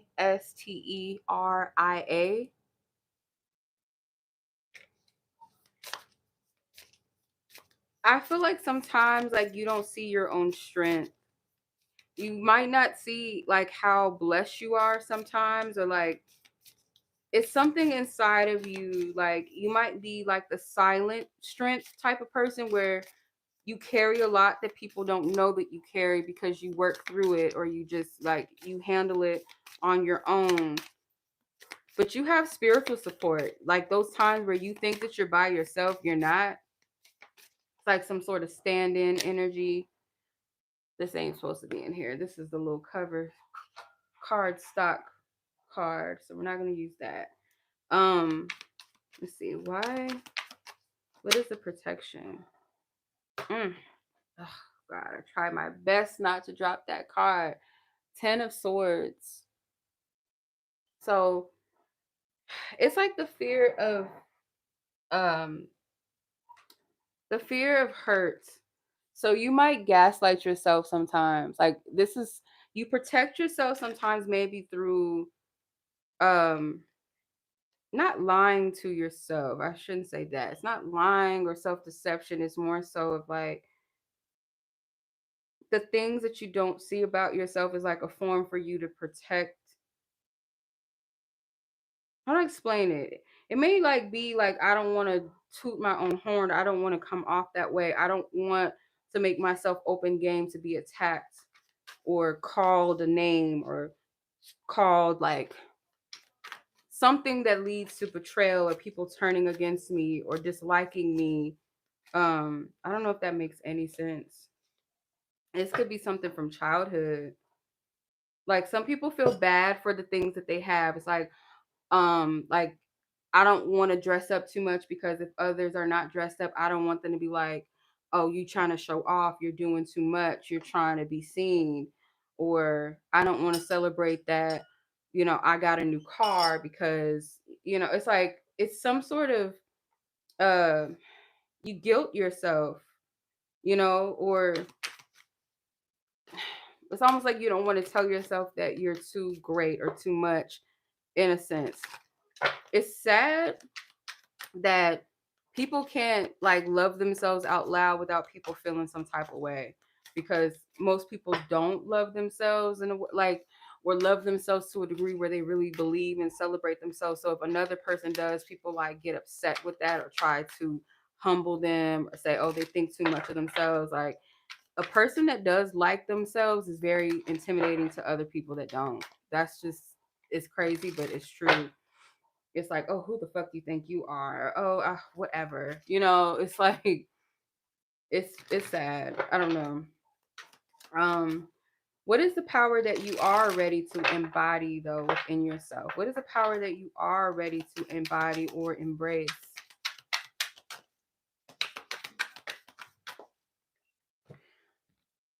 The High Priestess and the 7 of Cups.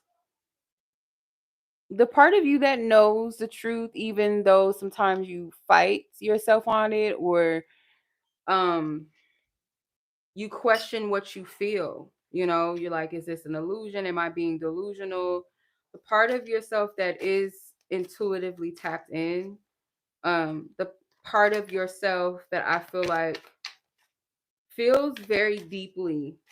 You sense and feel things deeply. Even sometimes you'd be like, well, maybe this is just a figment of my imagination. Like, that's not really what I feel. It's like, no, like, your gift is in your emotions.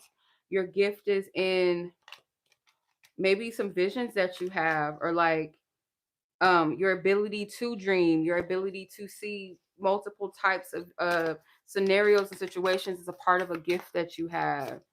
You're not limited, you're not linear, but sometimes like I feel like it does come with discernment though, like discerning like where are these visions coming from, um what am I to do with this vision. Like it comes with discernment, but not closing it out. I knew I was gonna drop a card. Hold on.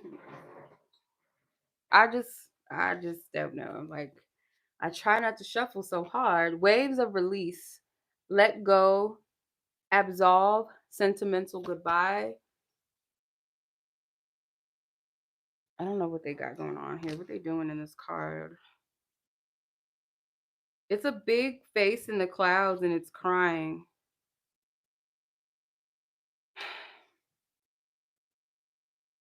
Yeah, I feel like again there's power in your emotion. Doesn't have to be like tears or crying, but like it's okay to let go. It's okay to feel. It's okay to release. Like you don't have to hold on to everything. Like sometimes a form of the way that your energy needs to release and extract itself is through tears. And that is a power. There's power in your emotions. It might be like your crying is a form of a finality or finality of some sort in your life, like letting you know, like, okay, spiritually, you've released it, it's done, it's gone, or you've set the tone. If someone has hurt you, this is like a form of maybe how you release that soul tie, or it's like a form of some sort of powerful release in the spirit realm, too. It's not just like, oh, I cried. I'm crying because I'm hurt, or I'm so upset, I'm done with this. But like once you shed a tear, there's something spiritually that's also being released or ending, as you do. Okay. So lastly, how to deepen your divine beauty and self-love. How to deepen this. How to deepen this.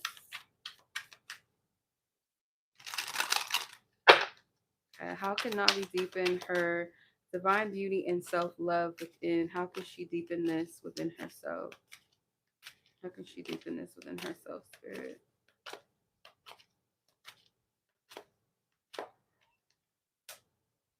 The star, 7 of Pentacles. Okay. Set the star and the 7 of Pentacles.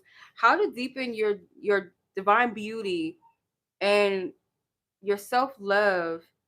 It comes through the more you pour into yourself, the more you like align, and I feel like you see yourself as such. It takes time, and I feel like you've been doing this already though. It's something that you've already been working towards, and spirit saying like to be patient with yourself. Just as you would be patient with someone else, be patient with you. Now, I don't know if there's a man in your life or when the man of your life is present. So if this is a man in your life, this person might be that reminder for you to pour into yourself and see yourself, see your own reflection. Going into the whole mermaid thing where I said like the mirror, the reflection, not just like looking at the self because, oh, look at me, I'm so beautiful, but like look at the inner parts of me that's beautiful and admire that, or the parts of me where maybe I'm not seeing myself. Like this is an opportunity for me to embrace and see that. Um, do more things for you. Like if there's things that you want someone else to do for you, start doing it from yourself, not from a place of bitterness or like a place of, oh, nobody won't do it for me, or I might as well just do it myself. But like, I want to do this before I ask my partner, or before I ask a friend, or before I ask whomever. Let me, like, let's say if I want to go out to this new coffee shop, before I even take a friend, or if it's a new bar, I don't know, like some things might be inappropriate if you're in a relationship, but like if it's like a coffee shop that you want to try, or like a tea bar or tea shop or something that you want to try, before you take a friend with you, or like, oh, I want to try it with one of my friends, or I want to go, with somebody, go take yourself first. Like you try it out for you, and then it's like, okay, I'm glad I enjoyed that time. I'm glad I tried this for myself. I'm glad I treated myself. That felt really good. Like that might be part of it, because there's something you might see about like yourself. Like when you're in the presence of your own energy, there might be something that you experience or learn about yourself through that. That I feel like that's going to ground you and kind of bring you back to center sometimes. Like, um, it could literally be something with tea or coffee with this mermaid. She's pouring tea. So it could be something that you discover. There's something serendipitous about that as well. What you encounter, what you experience, maybe who, or the conversations, or the timing, the day, the time of that day, or like the astrological alignment. There's something that I don't know how to explain this, but I don't know what that has to do with like divine beauty, like seeing your, like there's something in it though. Pour in yourself, if anything else, if it's not like literally taking yourself out, pour into yourself in a way that you would want others to pour into yourself, you know, without it being like a chore or feeling of guilt or resentment, but just more so from a place of, I want this and I want to do it for me. Soft goddess era, gentle energy, heart healing, and support. So let me back it up. Okay, so you can kind of see it a little bit better. But yeah, this is like for you. This is for you, like a gentleness with your own energy, supportive, showing up in your own energy, and you might find more people being more supportive of you. At the bottom of the deck, you have the oceanic mirror, boundlessness, openness, and infinite beauty. So like more self-reflecting, like self-reflecting, not to pick yourself apart or find something that you could say, oh, I need to work on that, oh, I'm not doing enough of this, but to look at the parts of yourself that you do love, or to give yourself more kindness in the spots and places that you feel like you're too much or you're not enough. Okay, so all right, so that was your reading, Navi. I hope that that made sense. I hope that resonated. I hope that was helpful. Okay. Okay. So I appreciate you. Thank you guys. It's always a pleasure. Y'all donating to the Venus on the Block reads. I greatly appreciate that. All right, Miss Ashley. So you are up next. Your reading was a love letter from Venus. Okay, beautiful. Let's get your timestamp. We are at 112. All right, 112. I'm gonna have to convert that time later because that's not gonna be um the right, not gonna be the right timestamp on YouTube standards. Okay. All right. All right. Let's get started.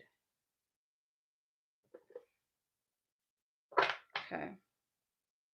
So let's see what message from Venus. Message from Venus to Ashley. Explore previous energies with love, light, and peace. Thank you, Spirit, for your divine wisdom, divine guidance, and clarity.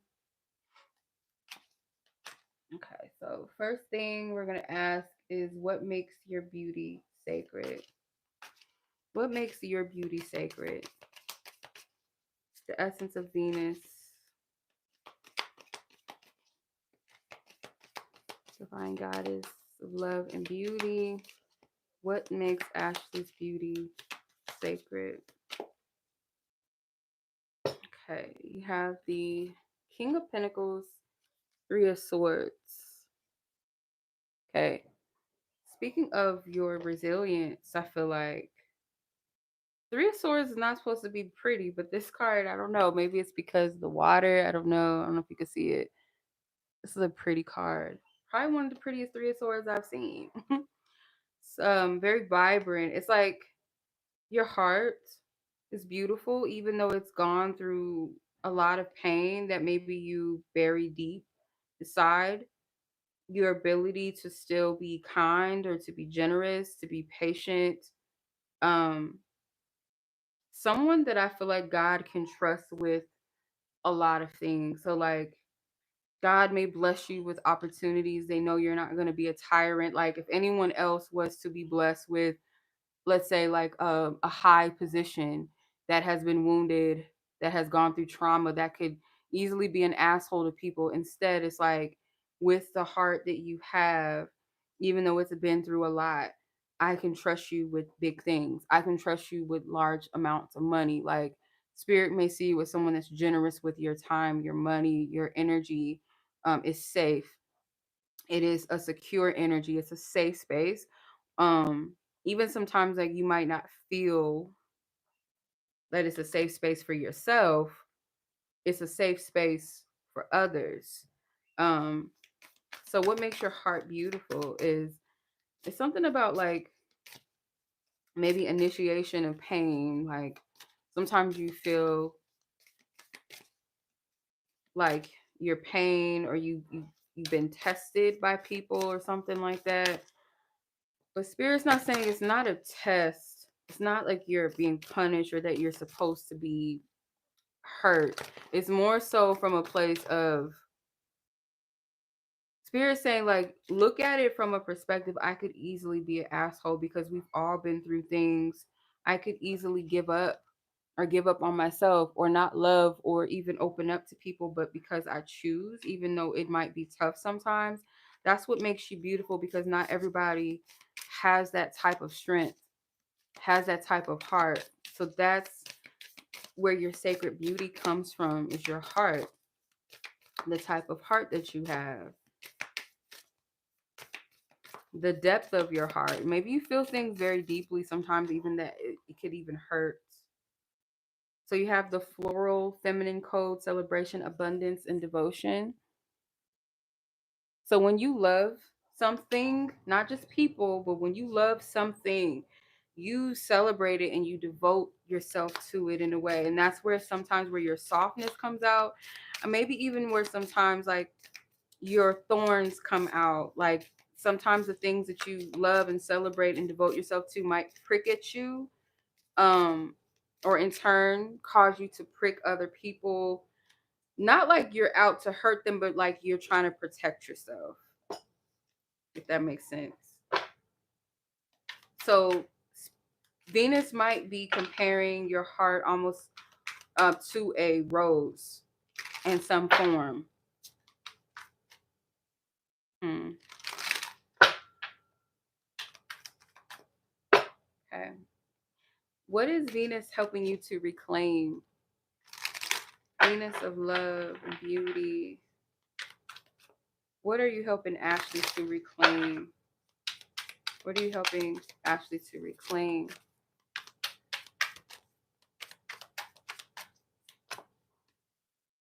The moon. The moon. Oop. Justice. Two majors.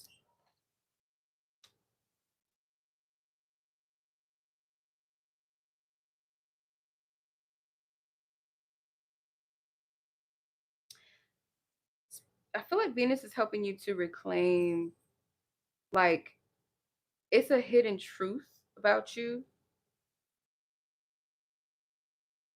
It's a part of you that you stuff that might be very, like, you might think it's bitchy or something, but it's like, no, it's just, may not come out all the time. Maybe it's not something that people see at all, or maybe often.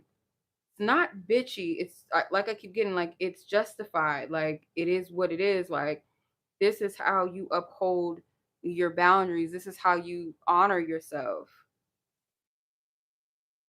Oh, thank you, sis. You're very welcome, Navi. I appreciate you. I feel like this is something you feel like it's dark or mean, bitchy, too much. But spirit saying like this is a part of you that needs to express itself, because you got the judgment that was at the bottom of the deck. Something that you're called to say or express, or this is just like a part of the way that you express yourself in general. This is you reclaiming your voice. Let's see. Strawberry fields, fertility, inner spring, and purity. Strawberries could represent something significant. I think they do represent like fertility and like an aphrodisiac, I think. If I'm not mistaken. I think strawberries are even used in like sensual works, you know, that type of thing. You can use it in sex magic, love spells, if I'm not mistaken. I'm pretty sure strawberries are connected to that. But this has something to do with like a side of you that's actually it could be something that's like a sensual power or something that maybe even be attractive to the right person, because it's like it's you, it's truth. Someone might need to hear it.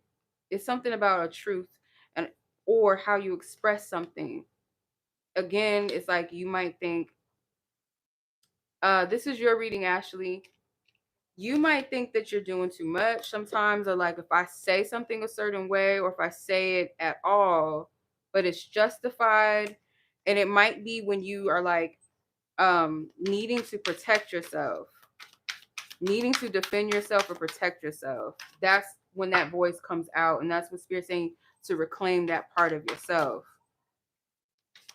Okay. Woo. Yeah, perfect timing. Okay. I hope so. All right. How to anchor your divine power. How to anchor your divine time or your divine power. How to anchor your divine power. What can Ashley do to anchor her divine power? Okay. The Nine of Pentacles. This card keep coming out tonight. She just like, you know, Six of Cups. Okay. So how to anchor it? Keep investing in yourself. Be grateful for like be grateful for where you are as a result of maybe some of the strides or some of the actions, some of the work that you've done. This could be connected to your inner child. Um, if you have a younger sibling, someone that might be younger than you, or just like it's not your sibling, someone that's younger than you, or someone that might be less mature than you, that maybe you've been patient with this, or being patient with people that don't know certain things. It's like Spirit saying, give yourself credit. It's like Spirit saying, I don't know. Okay. I don't know how to explain it, because it could be taken a certain way. Maybe, I'm not sure if you would take it any type of way, but like, due to certain things that you've been through, you could be a bitch to people if you really wanted to. And I feel like it takes a certain level of patience for you to deal with certain things or with certain people, because if somebody was to like, if you were to encounter like somebody that was quote unquote, what some might say, they're fucking annoying, like I can't deal with this, like how do you not fucking know this, you're so stupid, like it could be something that you've heard other people say to you. So like if you encounter a person that doesn't know something, if you have not mastered that part of yourself or hold that level of compassion, you could go off on people in the same way, but it's like you don't. So anchoring your power is to realize, again, it's like I have the power to either uplift or tear down. And I feel like the more that you realize, like, I master and heal myself, the more compassion I actually do give and have for others, because it shows the compassion I have for myself. Because these people may be mirroring back to you certain things that trigger things about you or trigger things about other people that have hurt you. So it's like how you handle them. It's not from a place of, oh, I'm just like, I don't have a backbone. Just it's almost like how you choose to deal with it. Not pay them with kindness, but like don't feed into their ignorance. Because and then there's that other shadow side to it with the other energy, where you had the Justice card and the Moon, where there's a part of you that you might think could be a bitch, but in actuality it might be justified for certain people. It might be justified for certain circumstances. Like if people playing in your face, there might be a way to handle it. That's when you unleash that energy. That's when you unleash it. Let's get a how to anchor her divine power. For the Venus on the block reads, yes. I'm not doing any other reads, just the Venus on the block ones tonight. Yeah, but I still have room. Leslie, how can Ashley anchor her power, her divine power? We got two cards that came out. You have the red anemone. I don't know what the hell that says. Rebirth, end of cycle, and reflection number 13. So that's almost like the death card, Scorpio energy. And lastly, soft goddess era, number 16, gentle energy, heart healing, and support. Yeah. So, how to anchor your divine power is through allowing yourself to transform, the more you reflect upon yourself, because your spiritual team, Venus energy, that goddess of love, it holds space for all facets and archetypes of divine femininity. And due to like maybe certain things that you've experienced, the more you inner reflect, the more time you take with yourself, the more compassion you have for yourself. This helps anchor that power to where it's not chaotic and destructive, or where it feels powerless, or you have to fight for your power through a aggressive or chaotic way, where you can still find that gentleness and that healing energy and allow yourself to be supported while also being able to support others that deserve it and deserve your energy. So hopefully that makes sense. Yeah, that was an interesting read. So I hope you enjoyed it, Ashley. I appreciate you. Okay, thank you, Leslie. And of course, I would be dropping all kind of shit. It never ends. Clemson City. All right. Okay. You're very welcome. Okay. All right. Leslie, which Venus read did you want? Which number? Because there's 9 different ones for you guys to choose from. You're very welcome, sis. It's my pleasure as always. Hold on.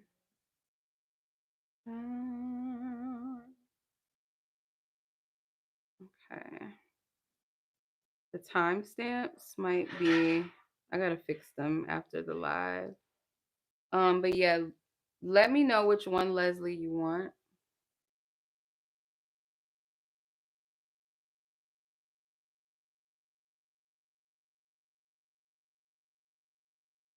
There's 9 different ones. So if you go open the description, scroll down a little bit, and they'll like there's a list like 1 through 9 of the different Venus reads that you can get. So it's a long list. Just letting you know. Let me see if I can convert Ashley's time. Let me see. It was 112. See. Come on. Phone. Come on. Probably like in the 2 hours, right? No, not yet. Let me see. Actually, well, right now it is. That's 2 hours and 7 minutes.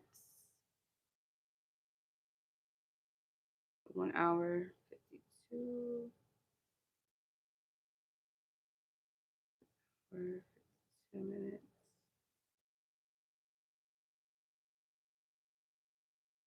In the description, there's nothing in there. I mean, it is, but um, let me see. How can I do it? It's also in the community post too. I don't know if you can see that. Let me see. Shit.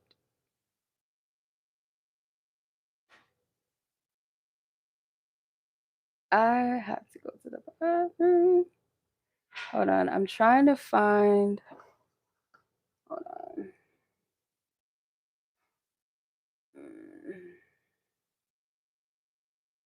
Oh my goodness.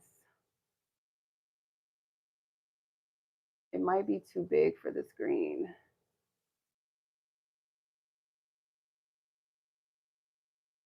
No. I don't remember. Okay. You can't really see. Oh, you found it, number 4. Okay.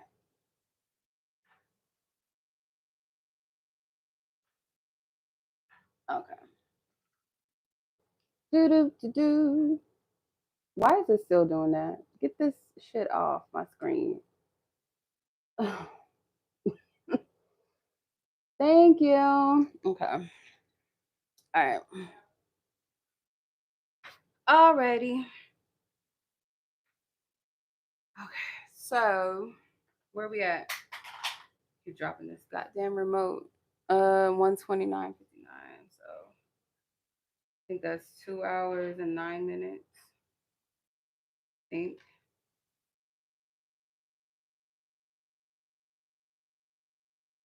2 hours and 10 minutes, I think. Okay. All right. So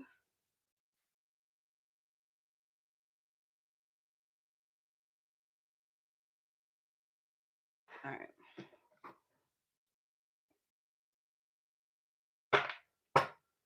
All right, Leslie, thank you for your patience. So you wanted number 4, which is Venus don't chase.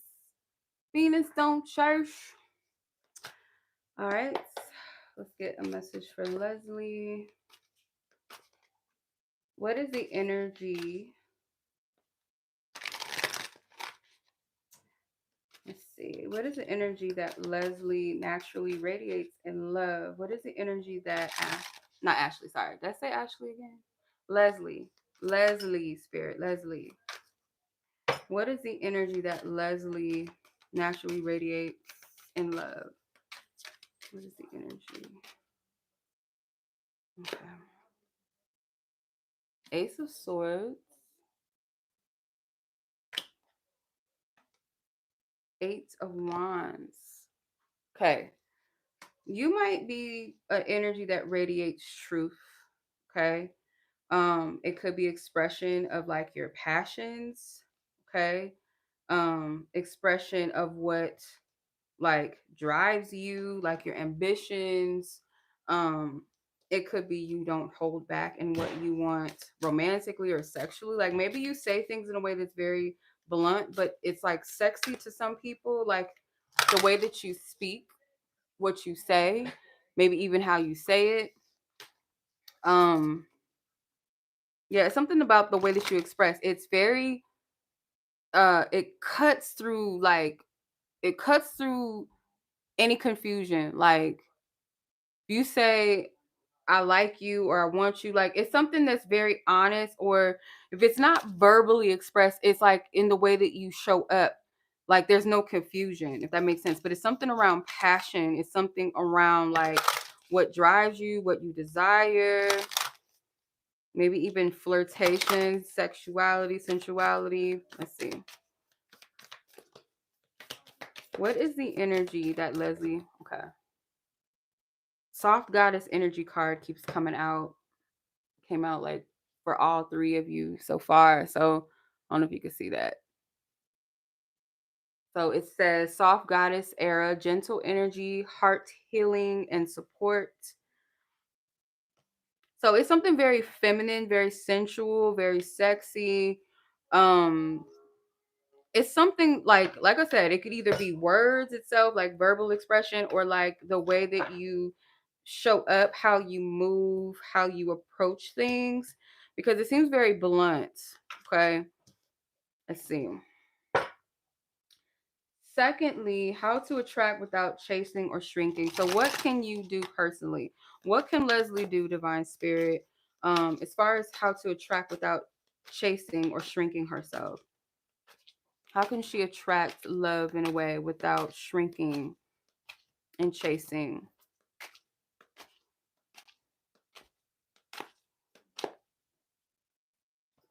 You got 3 cards that want to come out. So you got the 4 of Pentacles, 4 of Wands, and the Tower. Okay. The more you celebrate who and what celebrates you, and the less you entertain what is not open or giving to you, like energetically in any kind of way, like selfish energy, people that have something right in front of them, but if they don't have the capacity to see the value of what's in front of them, it's not your job to show up more. um it's like these are two like separate type of energies, right? Like they're almost opposites of each other. The four of wands versus the four of pentacles, like light versus shadow energy. So the light is like the more I focus on who and what celebrates me, or open myself up to who and what would celebrate me, over, me focusing on what doesn't see me, what does not show up for me, what does not choose me, what holds back from me, you know. Um this shatters a pattern, it shatters a structure maybe that was built, or this myth of what I want is too far fetched, just out of my reach, or it's too hard to get, it's too hard to catch. um Maybe this energy too of like, I feel like it's this Rapunzel, like, not that you're waiting for somebody to rescue you out of the castle, but it's almost like something that you feel like is so hard to obtain, like who's going to match that, who's ever going to meet me where I am, it's impossible. But that's not true. It's where you focus more of your energy, and then less of where you're focusing your energy. um so how to attract love without shrinking or chasing is like, you are open to what celebrates you, who celebrates you, or who would, and less on those that don't or wouldn't, you know. Because there is someone or people that will celebrate you for you, that will meet you in the middle, and not require you to compromise, or to overextend yourself where it's not matched, where it's not equal to. Let's see, where to attract without shrinking or chasing. Venusian rising, new frequencies, fantasies, Libra energy. So that Venus energy is, you see how she's being celebrated, okay, revered, okay, exalted.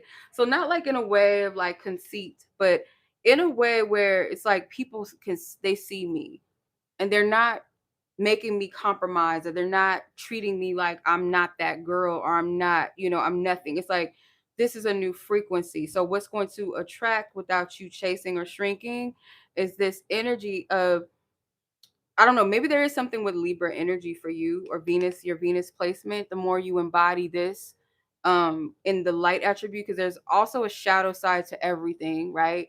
So that light attribute of whatever your Venus sign is, or something with your Libra placement, maybe even seventh house. Oh shit, you a Libra. Okay. So that energy, you don't have to compromise. Libras have a natural magnetism to them. And I feel like it's a balance of like air, no nonsense, and then the Venus energy of like beauty, luxury.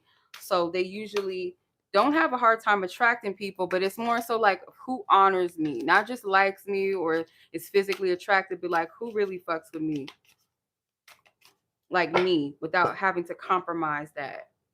So the more you move in that frequency, that energy, you're gonna attract. It's not hard to attract.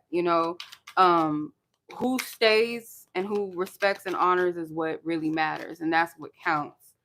The more you stand 10 toes in who you are and you don't compromise, you'll find that the ones that are for you, they'll stay, and those that aren't, they'll fall away. Your Venus is in Virgo, your seventh house as well. Interesting. Okay. Virgo, Venus, and seventh house Virgo. So lastly, what to stop doing or giving away? What is Spirit calling you to stop doing or giving away in love? It never fails. Gotta drop a card. Nova, what you want? What's the matter with you, girl? Huh? The High Priestess. Not surprised that she came out. Six of Wands.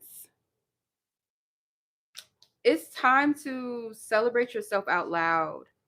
So what not to give away is like Spirit is saying there's some things that about you that they want you to make visible, and there's things that they want you to withhold. So it might be some things that, and I feel like you would know how to discern, how to separate, like where maybe you give things away, or the things that should be kept sacred or not visible, versus the things that they want you to. So there's something about discerning what to make visible and what not to. Let me, I'm gonna pull one more from the top. The Seven of Cups. There's something about maybe like your dreams, your hopes, your dreams, your visions. Um, don't give your precious visions and dreams away to those that have not shown you that their place in your life is sacred, or that those that don't hold you as sacred either. It's like people don't deserve the depth of me when they're just celebrating me when I'm in my, when I'm looking good, or when I'm fun, when I'm sexy, or like the good times, but they have to respect me in all facets of me, the parts of myself, like the depth of me, of who I really am. Not everybody is meant to encounter or experience this.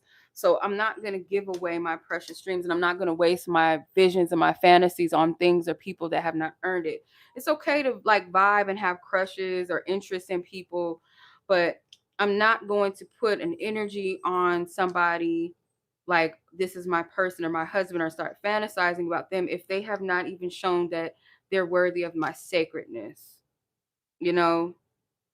Or I'm not going to be a fantasy girl or dream to somebody, or playing house with someone, or giving them too much of my, it's like something about, I'm hearing dream girl energy, or like somebody getting something too soon or too fast that they don't deserve. It doesn't have to be like your body, but like they don't deserve all of that. Or maybe you're putting your glamour, your energy, your ethereal energy onto somebody else, and it's like you're seeing yourself, you're making them more glamorous than what they really are, because it's your energy going into it, if that makes sense.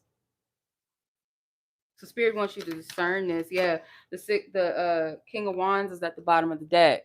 So like, yeah, these, they look more attractive. They may seem more powerful, more confident, because it's kind of like you're putting your energy on them. Like, oh, he's so this, he's so that. But it's because the energy that's inside of you or something. It's like you're putting the momentum and the power into that. And I feel this is another siren trait that I did not go over, but oftentimes, like, especially people that are prophetic, they have the ability to see a person's potential, or see the future them, or who they could be, sometimes before they see it, or sometimes they never see that in themselves, and you do.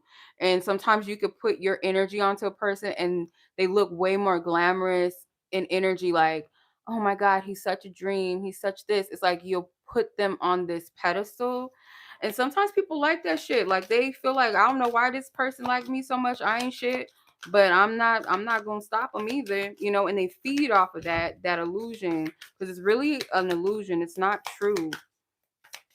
Feel like that's something the spirit's saying to not put on people. And then you got swan medicine, adaptability, confidence, and focus.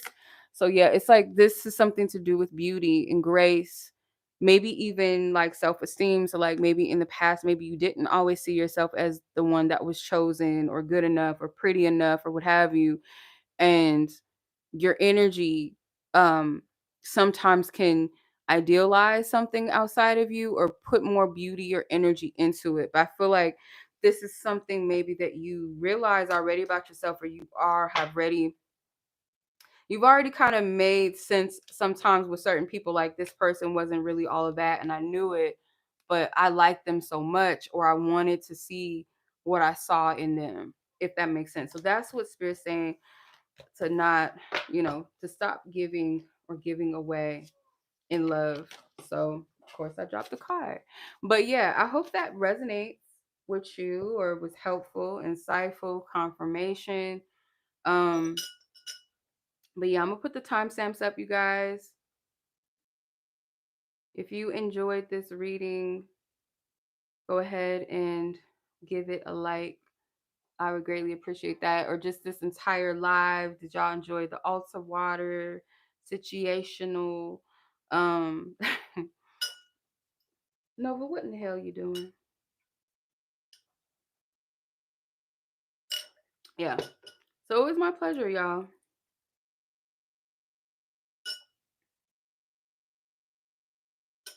It was my pleasure. Um, Let me see. I gotta put the timestamps on here. I want to do something different. You're very welcome. I appreciate you, Leslie. Thank you.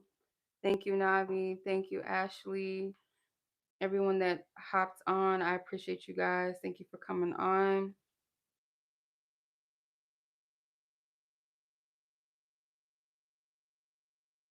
Okay.